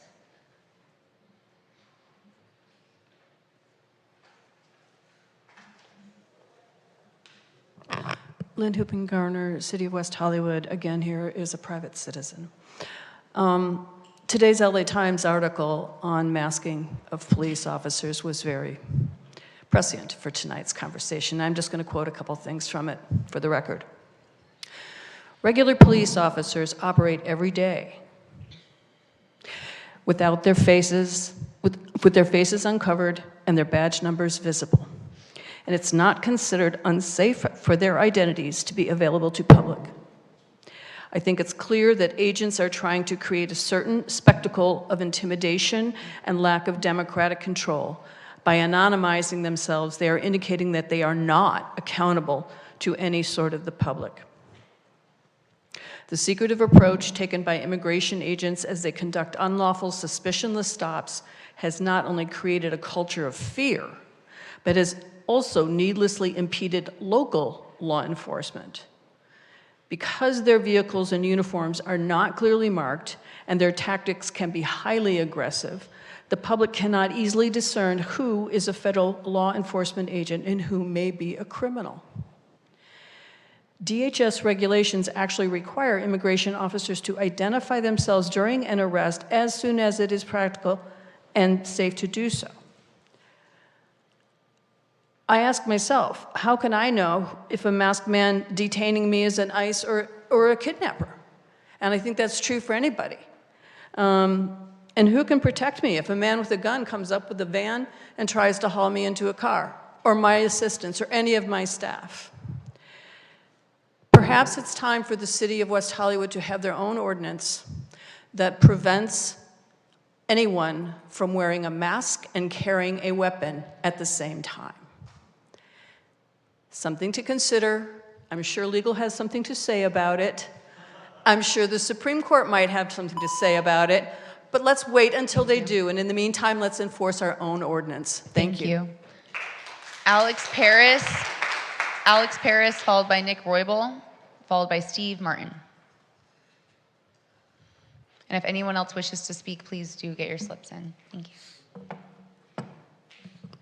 Mayor Byers, honorable council members, staff, and community members, there's no more time for pleasantries. 3 days ago, on the 249th anniversary of this nation's independence, we were invaded. In broad daylight, unidentified armed assailants kidnapped longstanding members of this community, just as I warned nearly 2 months ago. Residents appreciated the swift response of public condemnation. That's necessary to maintain trust, but it's only one step. It's time for action. These masked Gestapo forces brutalized our neighbors and brought terror to our high streets. If any other group had done this, we would call them criminals. Each of you swore an oath in this chamber, as have I, to uphold the Constitution. That oath is not ceremonial. It binds us to act when government overreach violates the rights we pledge to defend. These actions trampled that Constitution right here in West Hollywood. We've set it to illegally deployed troops. Remember your oath. You are not powerless. Use the authority entrusted in you. As stewards of the city, your duty is clear. Ensure the safety of all residents. Councilmember Heilman will recall that when West Hollywood was founded in 1984 to protect marginalized communities, without action, we risk falling to the same fascistic forces that it was built to resist. This body has offered sanctuary to refugees, to the LGBT immigrant worker, to those criminalized for seeking medicine. That legacy demands more than words. To flinch today is to betray our promise. At best, it reveals hypocrisy. At worst, it legitimizes the rounding up of even more of our neighbors for extrajudicial rendition to God fucking knows where.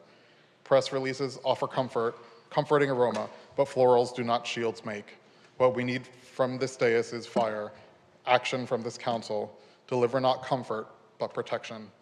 Deliver on the promise of this creative city. Thank you. Nick Roybal, followed by Steve Martin.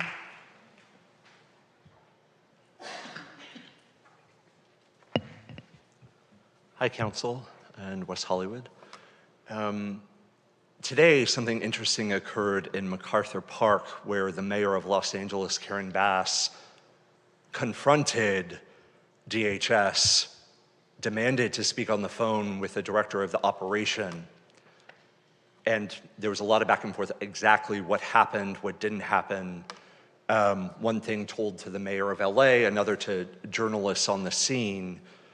But it seemed to have some effect, this direct confrontation with political local leadership and the federal government. I'm wondering, I read the memo, our hands are tied. That's what the memo says to me. The memo says, well, shit, we got to put something on paper. We got to have face. We're a progressive city. On Friday, I was in a meeting at Rocco's about 12:30 for a book launch of mine, meeting with one of the managers when One of the women from the car wash had run over, was completely terrified with her dog, showed one of the managers what happened, and the manager was trying to figure out, okay. But that woman is completely traumatized, as we all are. And what immediately happened afterward is the businesses along the corridor in that Rainbow District each went into action.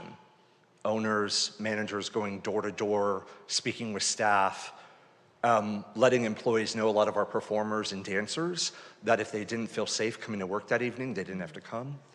But that experience was very harrowing. But I also, real quick, in 10 seconds, I witnessed our drag glory at Pickle. I want to end on a positive note. Pickle was out there with another person on the corner, and that was badass. So we are a city with badass people confronting this horrible violence. Thank you. Thank you. Steve Martin, followed by Cynthia Blatt.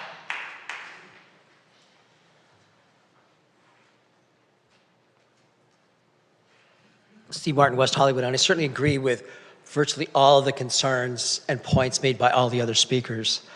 I understand that the reason that ICE exists is to enforce the law. But we've always expected the law to be enforced with a certain sense of not just due process, but a certain sense of dignity and a certain sense of humanity. And the law is never meant to be a tool of terror. And it's astounding that our leaders have not spoken up, that people who are not here legally are being deported to places like South Sudan, where they're essentially abandoned without any hope of getting out of that country. I mean, I don't know if anybody's actually thought about that, but all you can do is walk, and maybe you can get to Sudan, which is, of course, in the middle of a civil war, or Chad. But it's absurd, it's obscene. It's terrible when you see that temporary protections for Venezuelans and Haitians are being revoked, but we're welcoming in white South Africans. And the hypocrisy of that astounds me and probably astounds all of us. But all I can say is resistance takes many forms, and we need to remember that there's families here that need our help. Local food banks need our contributions, need our volunteers. There's going to be tariffs on clothing. Maybe the first step towards resistance is cleaning out your closet. We all have stuff that's aspirational, and maybe it should become something that we donate to give some people, some families, some hope about getting through this. So thank you for your leadership. Cynthia Blatt, followed by Jennifer Alvarado. And if anyone else wishes to speak, please do sign up now. Good evening, Cynthia Blatt. First of all, I want to say that I agree with the speakers that have come up before me. What's going on with ICE, not only in West Hollywood, but everywhere, is simply horrifying. My parents came to this country as refugees, and I can't imagine what would have happened had something like this happened to them. And we can't forget that for the people that we live with every day. Now, the mayor of Pasadena also confronted ICE, demanded that they identify themselves, and spoke to their commander, and actually kicked ICE out of Pasadena. And we're a smaller city than Pasadena, but we are an active, well-known, strong city. And as another speaker mentioned, when John Heilman founded this city, it was to protect disenfranchised populations. And we need to stand up to that ideal, because not only is it time to stand up to our ideals as Americans, but particularly in a city like this. So I would ask that you look into how the mayor of Pasadena was so successful in kicking ICE out of his city, and don't let this stand, because we physically can't get in their way because we risk a federal arrest. But the city can do something to put a stop to this appalling anti-American activity of masked gunmen on our streets, with arresting innocent, hardworking people. So that's it. Thank you. Thank you. Jennifer Alvarado, I believe, will be our final speaker unless anyone else wishes to speak. Good evening. My name is Jennifer Alvarado. I've been a resident of West Hollywood for a year now and recently completed the Civic Leadership Academy, where I learned so much about West Hollywood's efforts in taking a lead. I hope that they take a lead and a stance against ICE with more aggressive efforts to protect civil liberties of hardworking individuals. The Latino community is being targeted right now. There's also an issue of a language barrier when communicating the detainees. A lot of them don't know what's unfolding, where they're going. So I think like the extension of resources to their families would be appropriate during this time, as I'm sure their families are seeking out legal support. If the city could come with like a legal fund to support, the solutions to this issue and protect civil liberties, I think that would be a good approach. But yeah, it's heartbreaking to know that these are hardworking individuals who are contributing to our economy and don't know if they can make it home. It's going to impact not only families from an emotional standpoint, but from a fiscal standpoint. It's also going to impact employee retention across our cities. While there may not be a large demographic of Latinos residing in West Hollywood, there is a large population employed by the city. So I just urge you to consider the the large population that exists.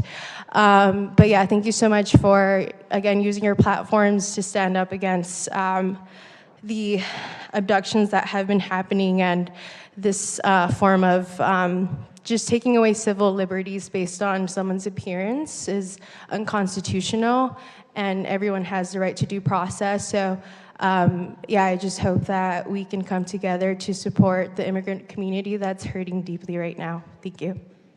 Thank you. And thank you to all of the public commenters who came out tonight and all the folks who are here in attendance for this conversation. We really appreciate you. Thank you. I'm going to turn this to our staff. I think we received a memo with some recommendations that we'll run through quickly as we begin this conversation to sort of anchor us in some of the work that's already happening or that's already underway and that we can pick up now. So yes, we'll be brief. I'm David Wilson, City Manager. With me it's Laura Byrie, our Economic Development Director, Jackie Rocco, Assistant City Manager, Joshua Scher, our Communications Director, and Lauren Langer, the City Attorney. This item, and I want to thank all the public for their comments this evening, and especially to Mr. Rogers, who shared his experience at the Santa Palm Car Wash on Independence Day. After that incident, this item was added to the agenda before the agenda deadline to give the council the opportunity to have a public discussion about this. We have added 6 recommendations, and I'll have the staff go through those recommendations briefly. Thank you, David. So I have the first 2 recommendations that I wanted to share with the City Council and the community. The first of which is to direct staff to partner with the West Hollywood Chamber of Commerce to host virtual workshops. These are to educate our West Hollywood businesses and West Hollywood employees regarding knowing your rights, as well as access to legal aid assistance related to federal immigration enforcement actions. We have seen some of our county partners offering this, including the DCBA, Department of Consumer and Business Affairs, as well as the county's Office of Immigration Affairs. And we want to provide something local here for our West Hollywood businesses and employees. The second recommendation that I want to share with you is to direct staff to promote the city's social services. Then this is specifically food delivery and immigration-related assistance services to employees of businesses located in West Hollywood. So again, serving not only our business community, our residents, but those who come here to work in West Hollywood, they also have access to these social services programs that the city provides. And this can be anything from food delivery, access to free legal aid, or guidance on what to do if your family has now been separated from each other as a result of one of these enforcement actions. I'll turn it over to my colleagues for the next recommendations. Thank you, Laura. As part of recommendations for this evening's item, staff will update the city's WeHo Responds website area. It's provided on the city's website at weho.org/WeHo Responds.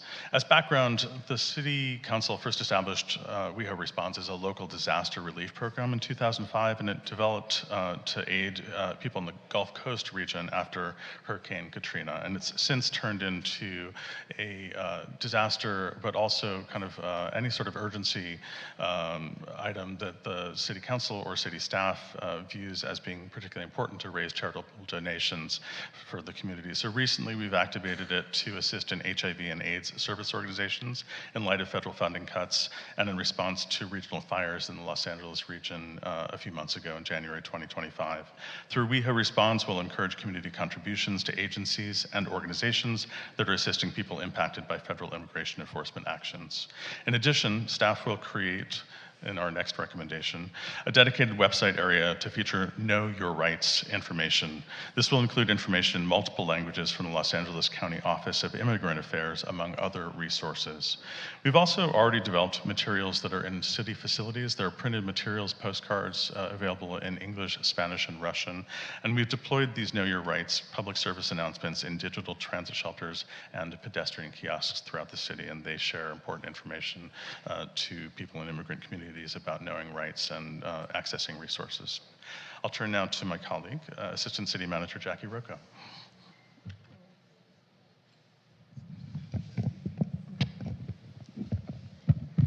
Good evening.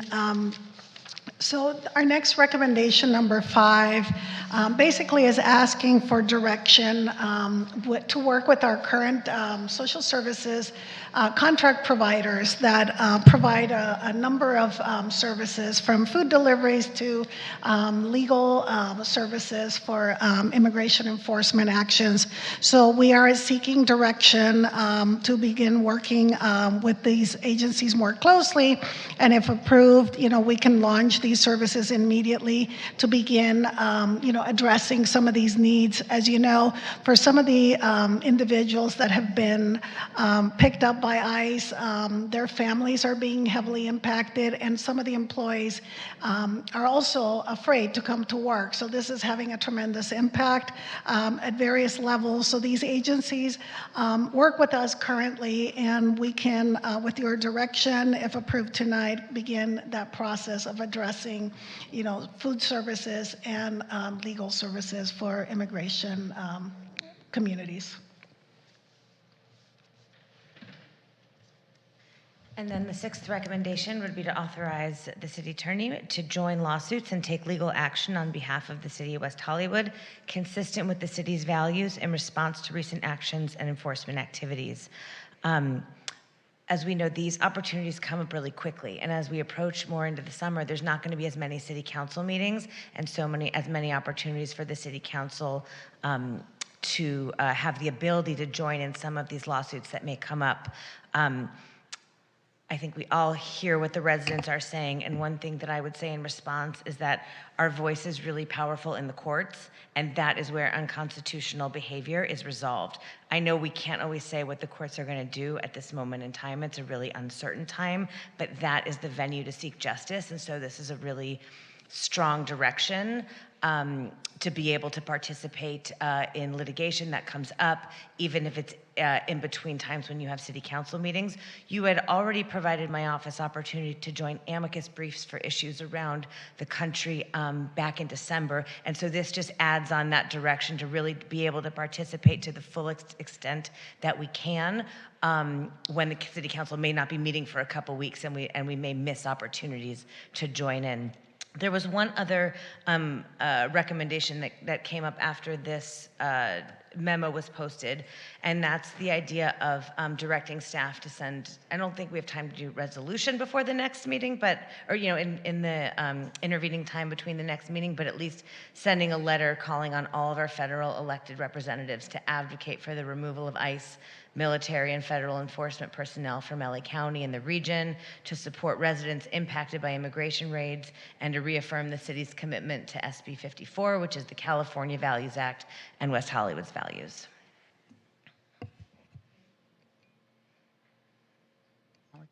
Thank you. Thank you all so much for sharing these recommendations. I'll turn to Councilmember Meister, who put herself in the speaking queue, and then we'll go down the rest of the colleagues after that. Great, thank you.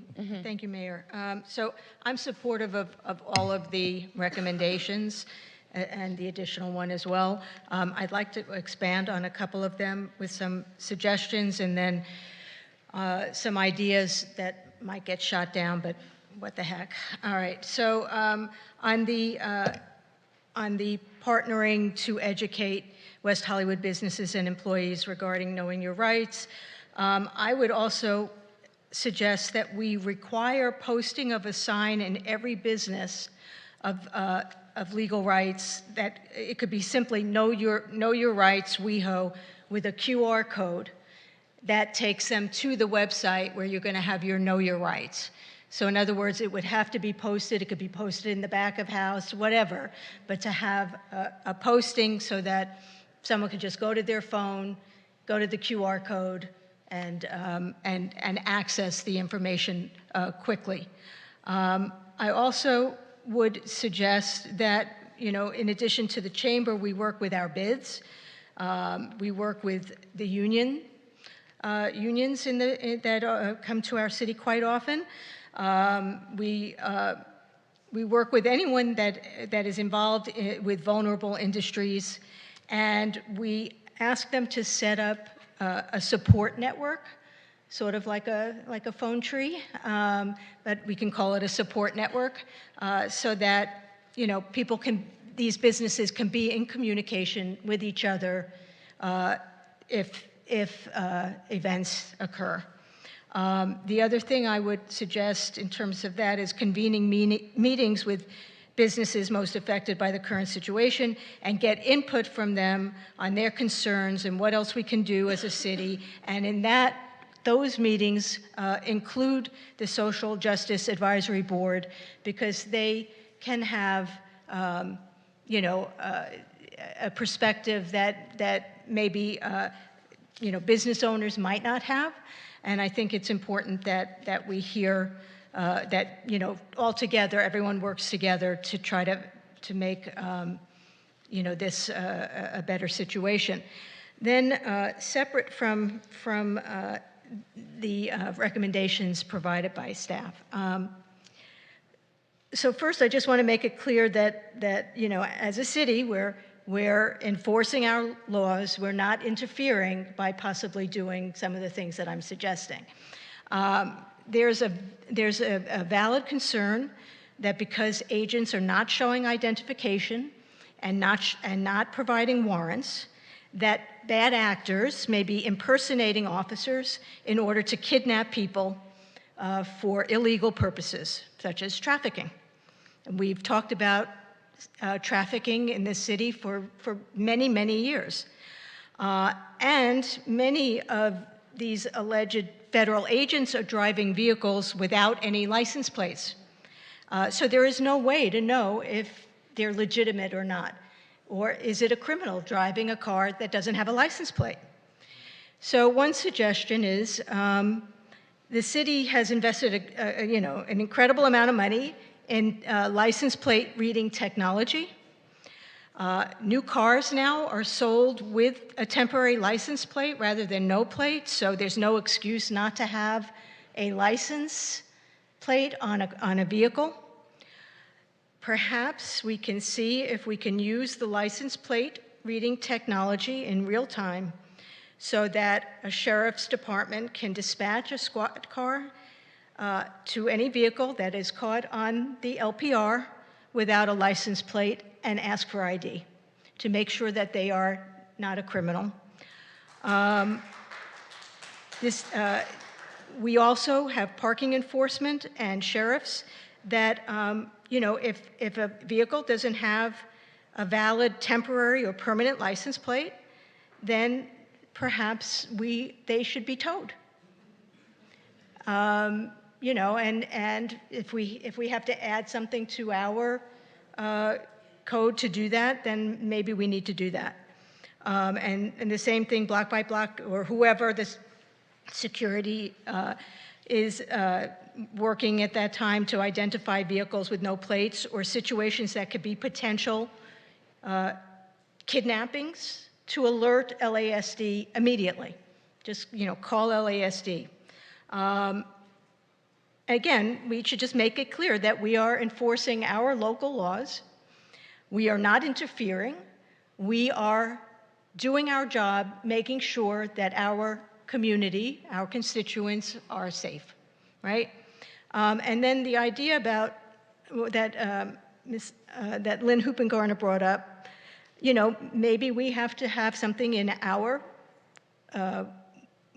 codes that if someone has a mask and a gun and no visible ID, that is not legal in our city. I mean, those are three things. I mean, a mask, a gun, and no ID. I mean, what person would open their door to that? What business owner would allow them to come into their business? If you just looked outside and saw someone with a mask, a gun, and no visible ID, I don't think it's unreasonable to say, you are going to now be detained for our sheriffs, so that our sheriffs can determine what your,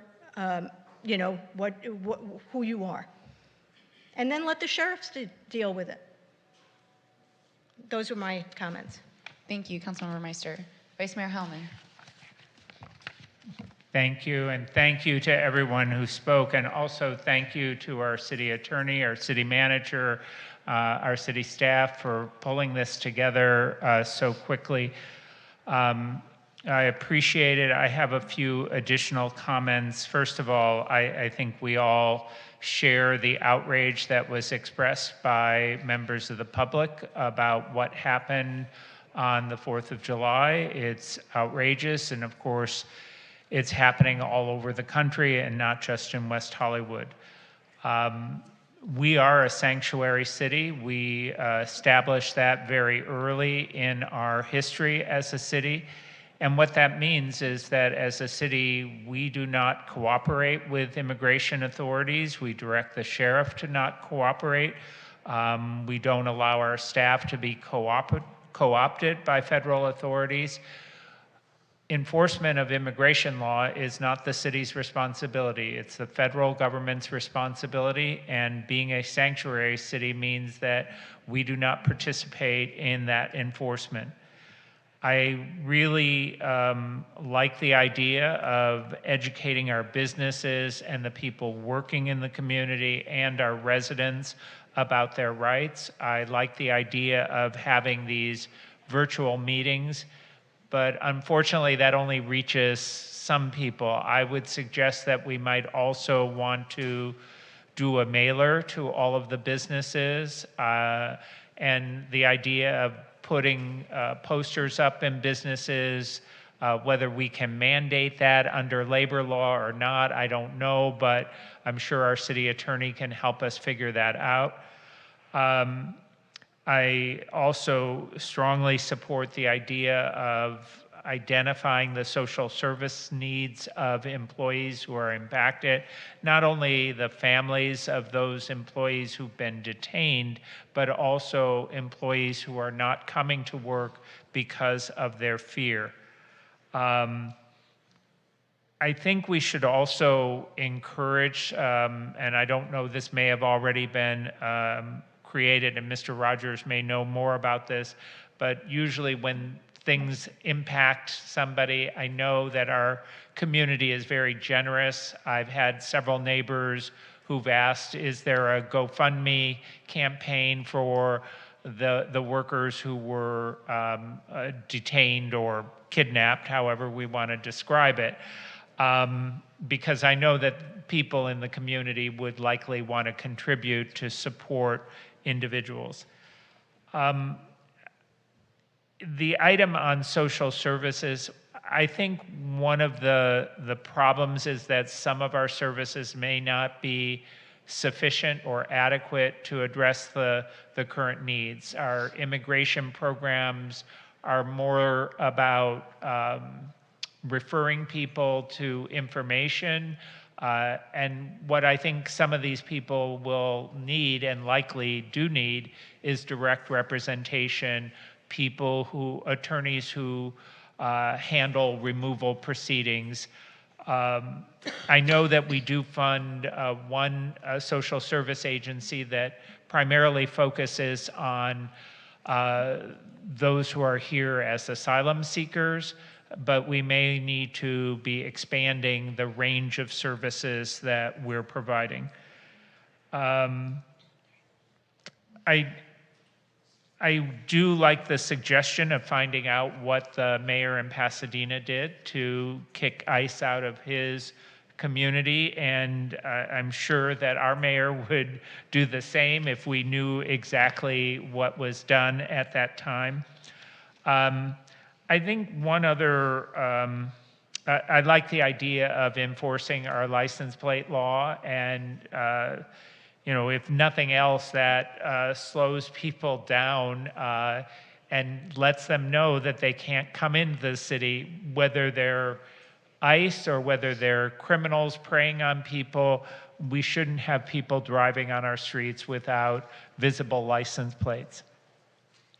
I guess the final point I would make, and this is more directed to the community, I think it's important for all of us as members of the community, if we see what looks to be like ICE agents coming into the community, that we send out alerts to all of our friends and neighbors, try to alert the businesses that this is happening so they are prepared and that their employees and our residents are prepared. I know we like to think about the people who are undocumented primarily being people who come into the community and work, but we have plenty of residents in the city who are also undocumented or who are here as refugees or asylum seekers, and they have a tremendous amount of fear as well as about these I'll have to say, Gestapo-like tactics that are being employed by the federal government. So the more information we can get and share with our neighbors and friends and businesses, I think the safer everyone will be. But thank you again for all of your work on short notice. Thank you, Vice Mayor. Councilmember Hang? Thank you, Mayor, and thank you very much for the memo. I'm in agreement with all of the staff recommendations, particularly the recommendations for the social services. I have been in constant contact with the owner of the business that was affected. He shared with me that a lot of his employees, rightly so, are terrified to go to work. And if they're not going to work, they're not making money. So we have to somehow get food delivered to them by using our service partners to do that. And I gotta say, I'm just ashamed of this federal government. My parents are refugees. They came here fleeing a war. And I think of my parents with all that's going on nowadays, so this really hits close to home. During the meeting, the son of one of the workers that was kidnapped on July 4th texted me. His father is now in Mexico. He's doing well. Their family's traveling back to the United States as we speak. His father's in good spirits, so I just wanted to update you. And a question for the city manager and the city attorney. With regards to the legal defense, which I'm in agreement with the vice mayor, what is a healthy, appropriate amount that we can invest into that to ensure that our community members are protected? Through the social services providers? Yeah. Is that what you're referring to? So at this time, we're not requesting any additional funding. I think we can work with them under our current services and contracts and using savings if they can provide these direct services. And just to clarify, this would be, we have current contracts with the social service providers, they provide certain services. These would be similar services, but what's not provided now, I guess. And so, like, let's say the food deliveries, it would be delivering it to businesses instead of where they're already delivering it. With the legal services, it would be expanded to provide immigration services. So we'll have to work with them to find out what those are. We may need to come back at a future time for additional funding, but we are looking at doing this under our current contracts at this time. I think we should put our money where our mouth is and make a healthy, strong investment to protect our community members. So when that time is right and we're back to the council for discussion, that would be something that I would like to propose, that we set aside a certain amount of money for legal defense to help our people that are kidnapped off our streets, and we show the region what our city can do to help our community members. Thank you. Thank you. I had a few thoughts in addition to what was here, and I appreciate the ideas brought up by my colleagues as well. While I recognize that some of the workers who work in our community may not live in our community, I wanted to just ask that in addition to the ideas that were brought here, we also think about rental assistance, should that be necessary and be something that ends up being needed. It was mentioned we won't have many council meetings this summer, and so we want to make sure we're well prepared should that be needed. I want to just thank and ask for our communication channels to be open and prepared and available. I know even during the fires, we were discussing the utility of something like the text service to notify, and I'm sort of two minds about it because I think there's the notice that you get a text on your phone and there's fear sent, but we're all talking about being in deeper communication, having a deeper level of awareness, and being able to prepare ourselves for what may be happening. And so I just want to offer to communications to think about how we can utilize beyond social media, press release, and the website itself, what else we may be able to do to quickly notify people. I know in this instance, it was 30 minutes after the issue had already occurred that we had information that became real, and it took some time before we were able to amplify that out. And news sites work really quickly in order to do that too. So I just encourage the community to be as actively engaged in all of the different social media, West Hollywood-based news sites, because everyone was acting very quickly to share information as quickly as possible. And whatever we can do to help amplify that, I would also appreciate. With regards to the utility of our automated license plate reader cameras, I think it's a clever idea to utilize that for our license plates. I know that there have been questions or concerns regarding the utility of the contracts themselves and the tools themselves to undermine the immigrant community. And so colleagues in other cities are asking for a review of those contracts and keeping a watchful eye to the news and to understanding where and when the federal government may subpoena those organizations and request information that goes beyond our ability to control that information. So I just ask that we also think about the utility of those surveillance technologies to undermine the community and how we may need to quickly and swiftly think about those contracts in a different way for ourselves should the use that Councilmember Meister suggested not be the only way they're being used. I wanted to also just mention that I have seen what's been happening in Pasadena and other places, and it wasn't, and to my understanding, the mayor himself who ran ICE out of the community, was the community members who did that really effectively. And so just want to also uplift that I know while we are trying to empower our city to the fullest extent to utilize its fullest power possible, which is unfortunately extremely limited in this face of this federal government and what it is choosing to do to our community members, that we all as people have a whole realm of power to access, and we're seeing a lot of that unleashed in really powerful ways. This Thursday night, the Los Angeles Labor Federation is hosting a direct action training from 5 to 8 p.m. at the LA Convention Center. It is public. You are welcome to sign up and go be a part of it. I think there are so many things that we as individuals can be able to do to make ourselves feel more capable and powerful. And I really encourage everyone to find that and access that. And it's not things that everyone can do, but what we're seeing largely is people power. Really push people out, push ICE out of these cities, drive them out of the hotels they're staying in, and that sort of thing. So while I will absolutely be with you all on the very front lines if possible, as the city has long been, we all really need to find that space within ourselves in the face of this federal government to step up and to do more. And so when organizations like the Los Angeles Labor Federation are hosting these trainings, groups that we can trust and we can look to get that sort of support, I encourage us to take the time to do that. And so much, whatever sort of comes our way as a city, I would hope that we, eventually are able to host something like this ourselves in our own city, and would encourage organizations to come to us who may want to provide that sort of training and resource, because it is deeply beneficial.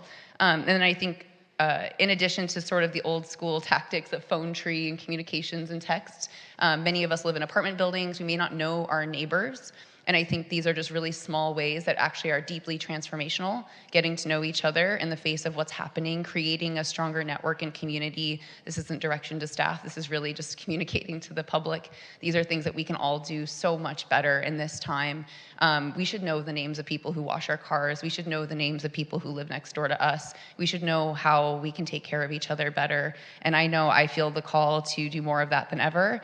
And while it feels so frustrating that we are talking about a very short list of things that the city can do in the face of watching abductions happen to our neighbors, I know what we're really feeling is a deep amount of care that has not a lot of places to go right now, and I encourage us all to make those connections and to find the ways we can better care for each other in this moment of time too, because that is something we can all do that will make a major difference.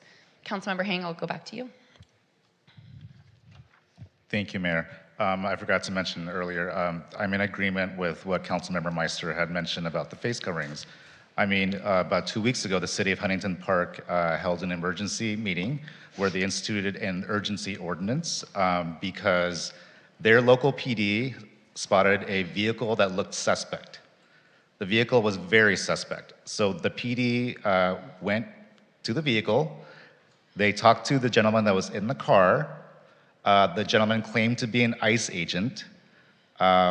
When the PD searched the vehicle, they found fake ICE credentials, duct tape, weapons, and I believe a hammer or something. So who knows what that gentleman was doing. Mayor Arturo Flores did a press conference following a couple days later, and the city instituted an urgency item that required their PD to ask for credentials of ICE agents because, like Councilmember Meister said earlier, we don't know if they're criminals or they're federal agents or what they are. But in our case, we don't have our own PD, we have the sheriffs. So I don't know if there's a mechanism for us to inquire with the Board of Supervisors, with Supervisor Horvath, to see if that's something that the board might be willing to look at. Because if Huntington Park can do it, I don't know if that's an option for West Hollywood. But I think it just adds an extra level of safety for our community members. Councilmember Hang, what I can say is that we did sign on to the statewide bills, SB 627, which is law enforcement masks, which is about preventing these entities from wearing masks. And we also signed on to the state bill, which I'm not getting correct, SB 805 by Senator Sasha Renee Perez. And I'm sorry, I'm just trying to read a little bit of detail about it. Let me pull it up in a minute. But in an effort to make sure our city was absolutely on the front lines of pushing back against some of these. Oh, sorry, this one was about visibility of identification as well. So that's what we're doing there. Do my colleagues have any other questions? Vice Mayor Heilman. I just wanted to ask our staff if you've received enough direction from us tonight to move forward. I think there is consensus on all of the items, and I think we gave additional suggestions that will have to be looked at, but and then you'll bring back to us.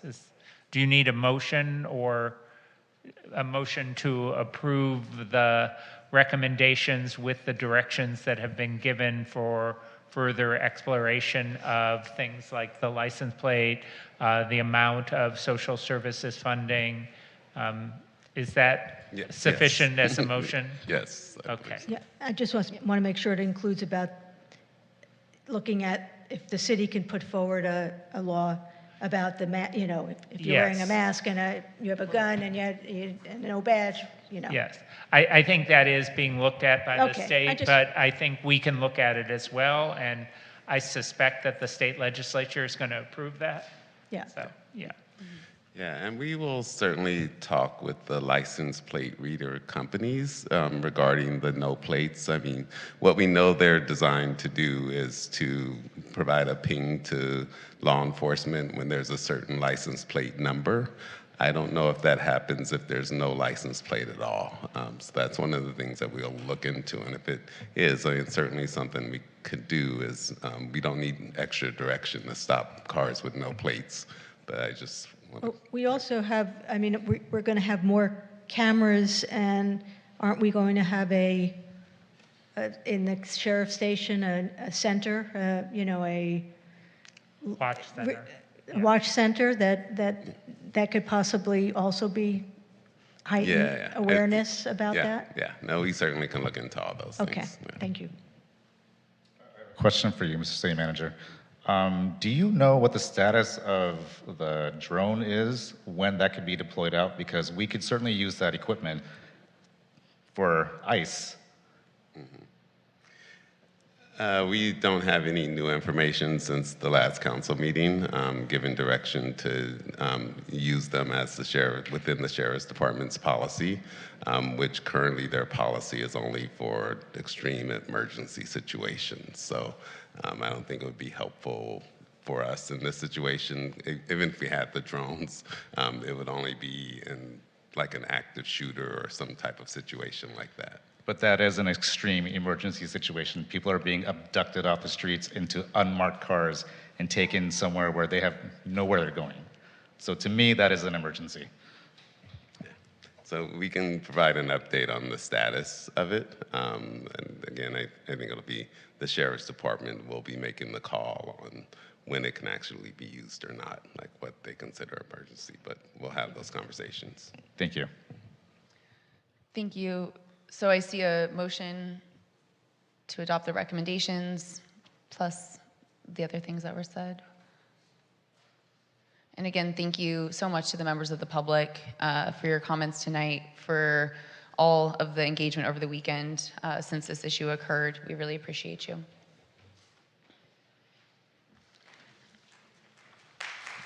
Oh, that's right. We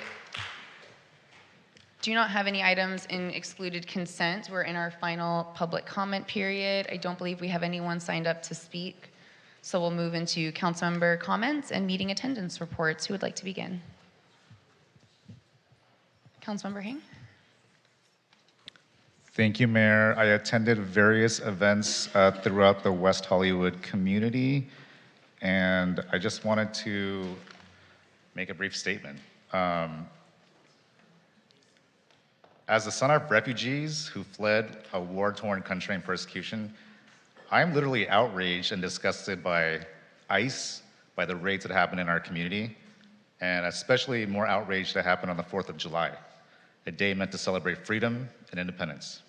Detaining hardworking members of our community, many of whom have lived and contributed here for decades, is nothing short of cruel and inhumane. These are just hardworking people trying to earn a living to support themselves and their families. They're not criminals deserving of this terror. It tears families apart and spits in the face of the values we hold dear in West Hollywood. Let's be clear, these raids are rooted in racial profiling and racism. They target immigrants based on the color of their skin and where they come from, violating people's rights with no transparency and no due process. This is not justice, this is discrimination, plain and simple. WeHo has always been a city that fiercely defends inclusion, diversity, and the inherent dignity of every person. These raids are a blatant racist attack on those core values. Silence in the face of these injustices is complicity. This is the time where we must all speak out and stand up. Let me be absolutely clear, I condemn these raids. My parents were refugees who came here, and I condemn them in the strongest possible terms. And I strongly encourage members of our immigrant communities to be informed, to know your rights. We will do our best as a city council, as a body, to get the word out. And For more information, please go to the LA County Office of Immigrant Rights. Their website is https://oia.lacounty.gov. Thank you, Mayor. Thank you, Councilmember Hing. Councilmember Meister? Thank you, Mayor. Attendance, I attended Hart Park Ad Hoc Committee. West Hollywood West had a public safety meeting, which I attended. Also, the Healthy City by Design Symposium, which was had an excellent panel and was very well received. Just want to mention a couple of calendar items. There's a virtual neighborhood meeting about an affordable housing project at 1057 North Crescent Heights Boulevard on July 15th at 6 p.m. On July 19th, there is at 9 a.m. to 1 p.m. 23 document hard drive shredding, e-waste, and hazardous household waste collection event at Cedars parking lot. And then on July 22nd at 6 p.m., a virtual neighborhood meeting for a new rear outdoor dining area at 8279 Santa Monica Boulevard. And for those virtual meetings, of course, you can go to the city's calendar and find them there and get more information on how you can connect. I'm also wanted to just say that I'm very sad to hear about Joy Newell. She was actually my first board member on the Senior Advisory Board. She was an avid dog lover. She loved living in the Norma Triangle area. We were very sorry to see her move out, to leave. She was an asset to this community, and I will miss her. And, you know, just I'm glad that staff was able to bring that item, F3. Danny Hang and I were, Councilmember Hang and I were in communication, you know, since the 4th, and obviously just so upset about the events that occurred. And I think if there's any time for West Hollywood to be bold, it's now. We cannot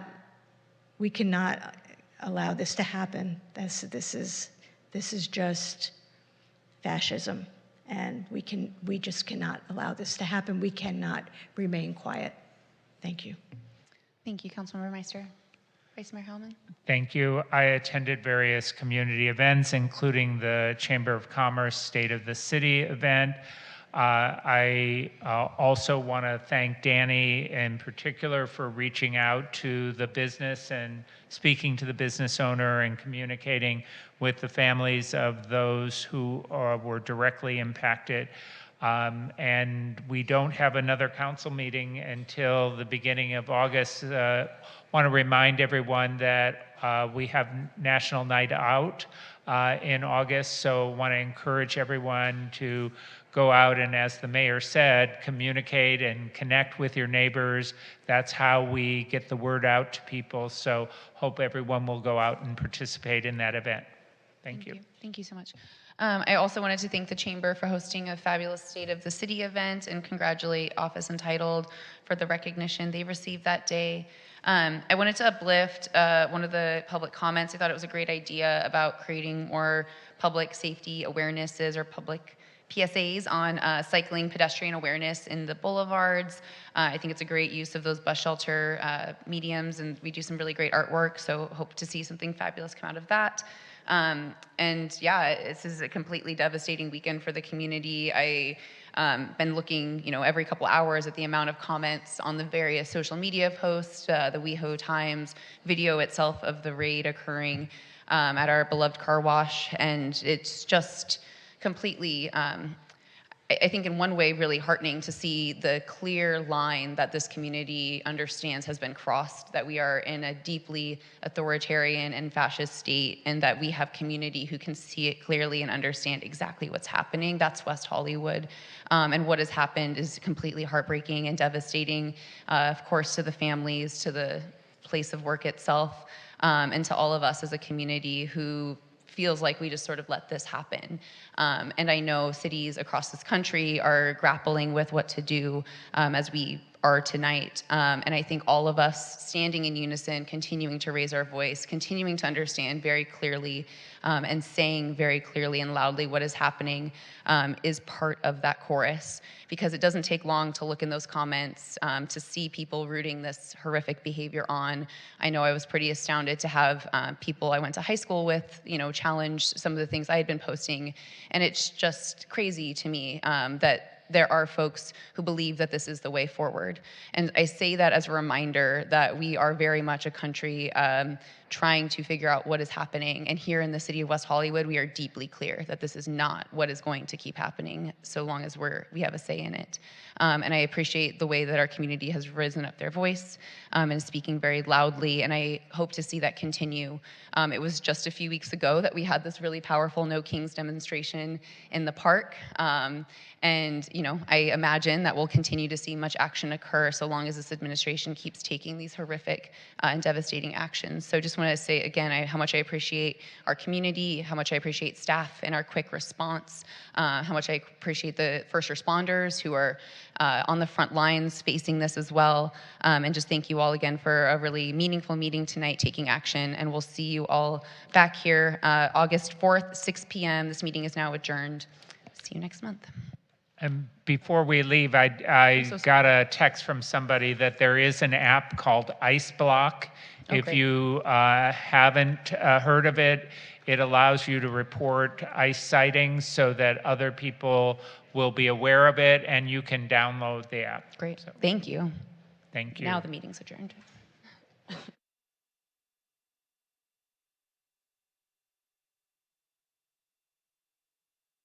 So it'll get people here to see it, and then once they're here, it's going to be a beautiful art piece to experience, but also to learn. I think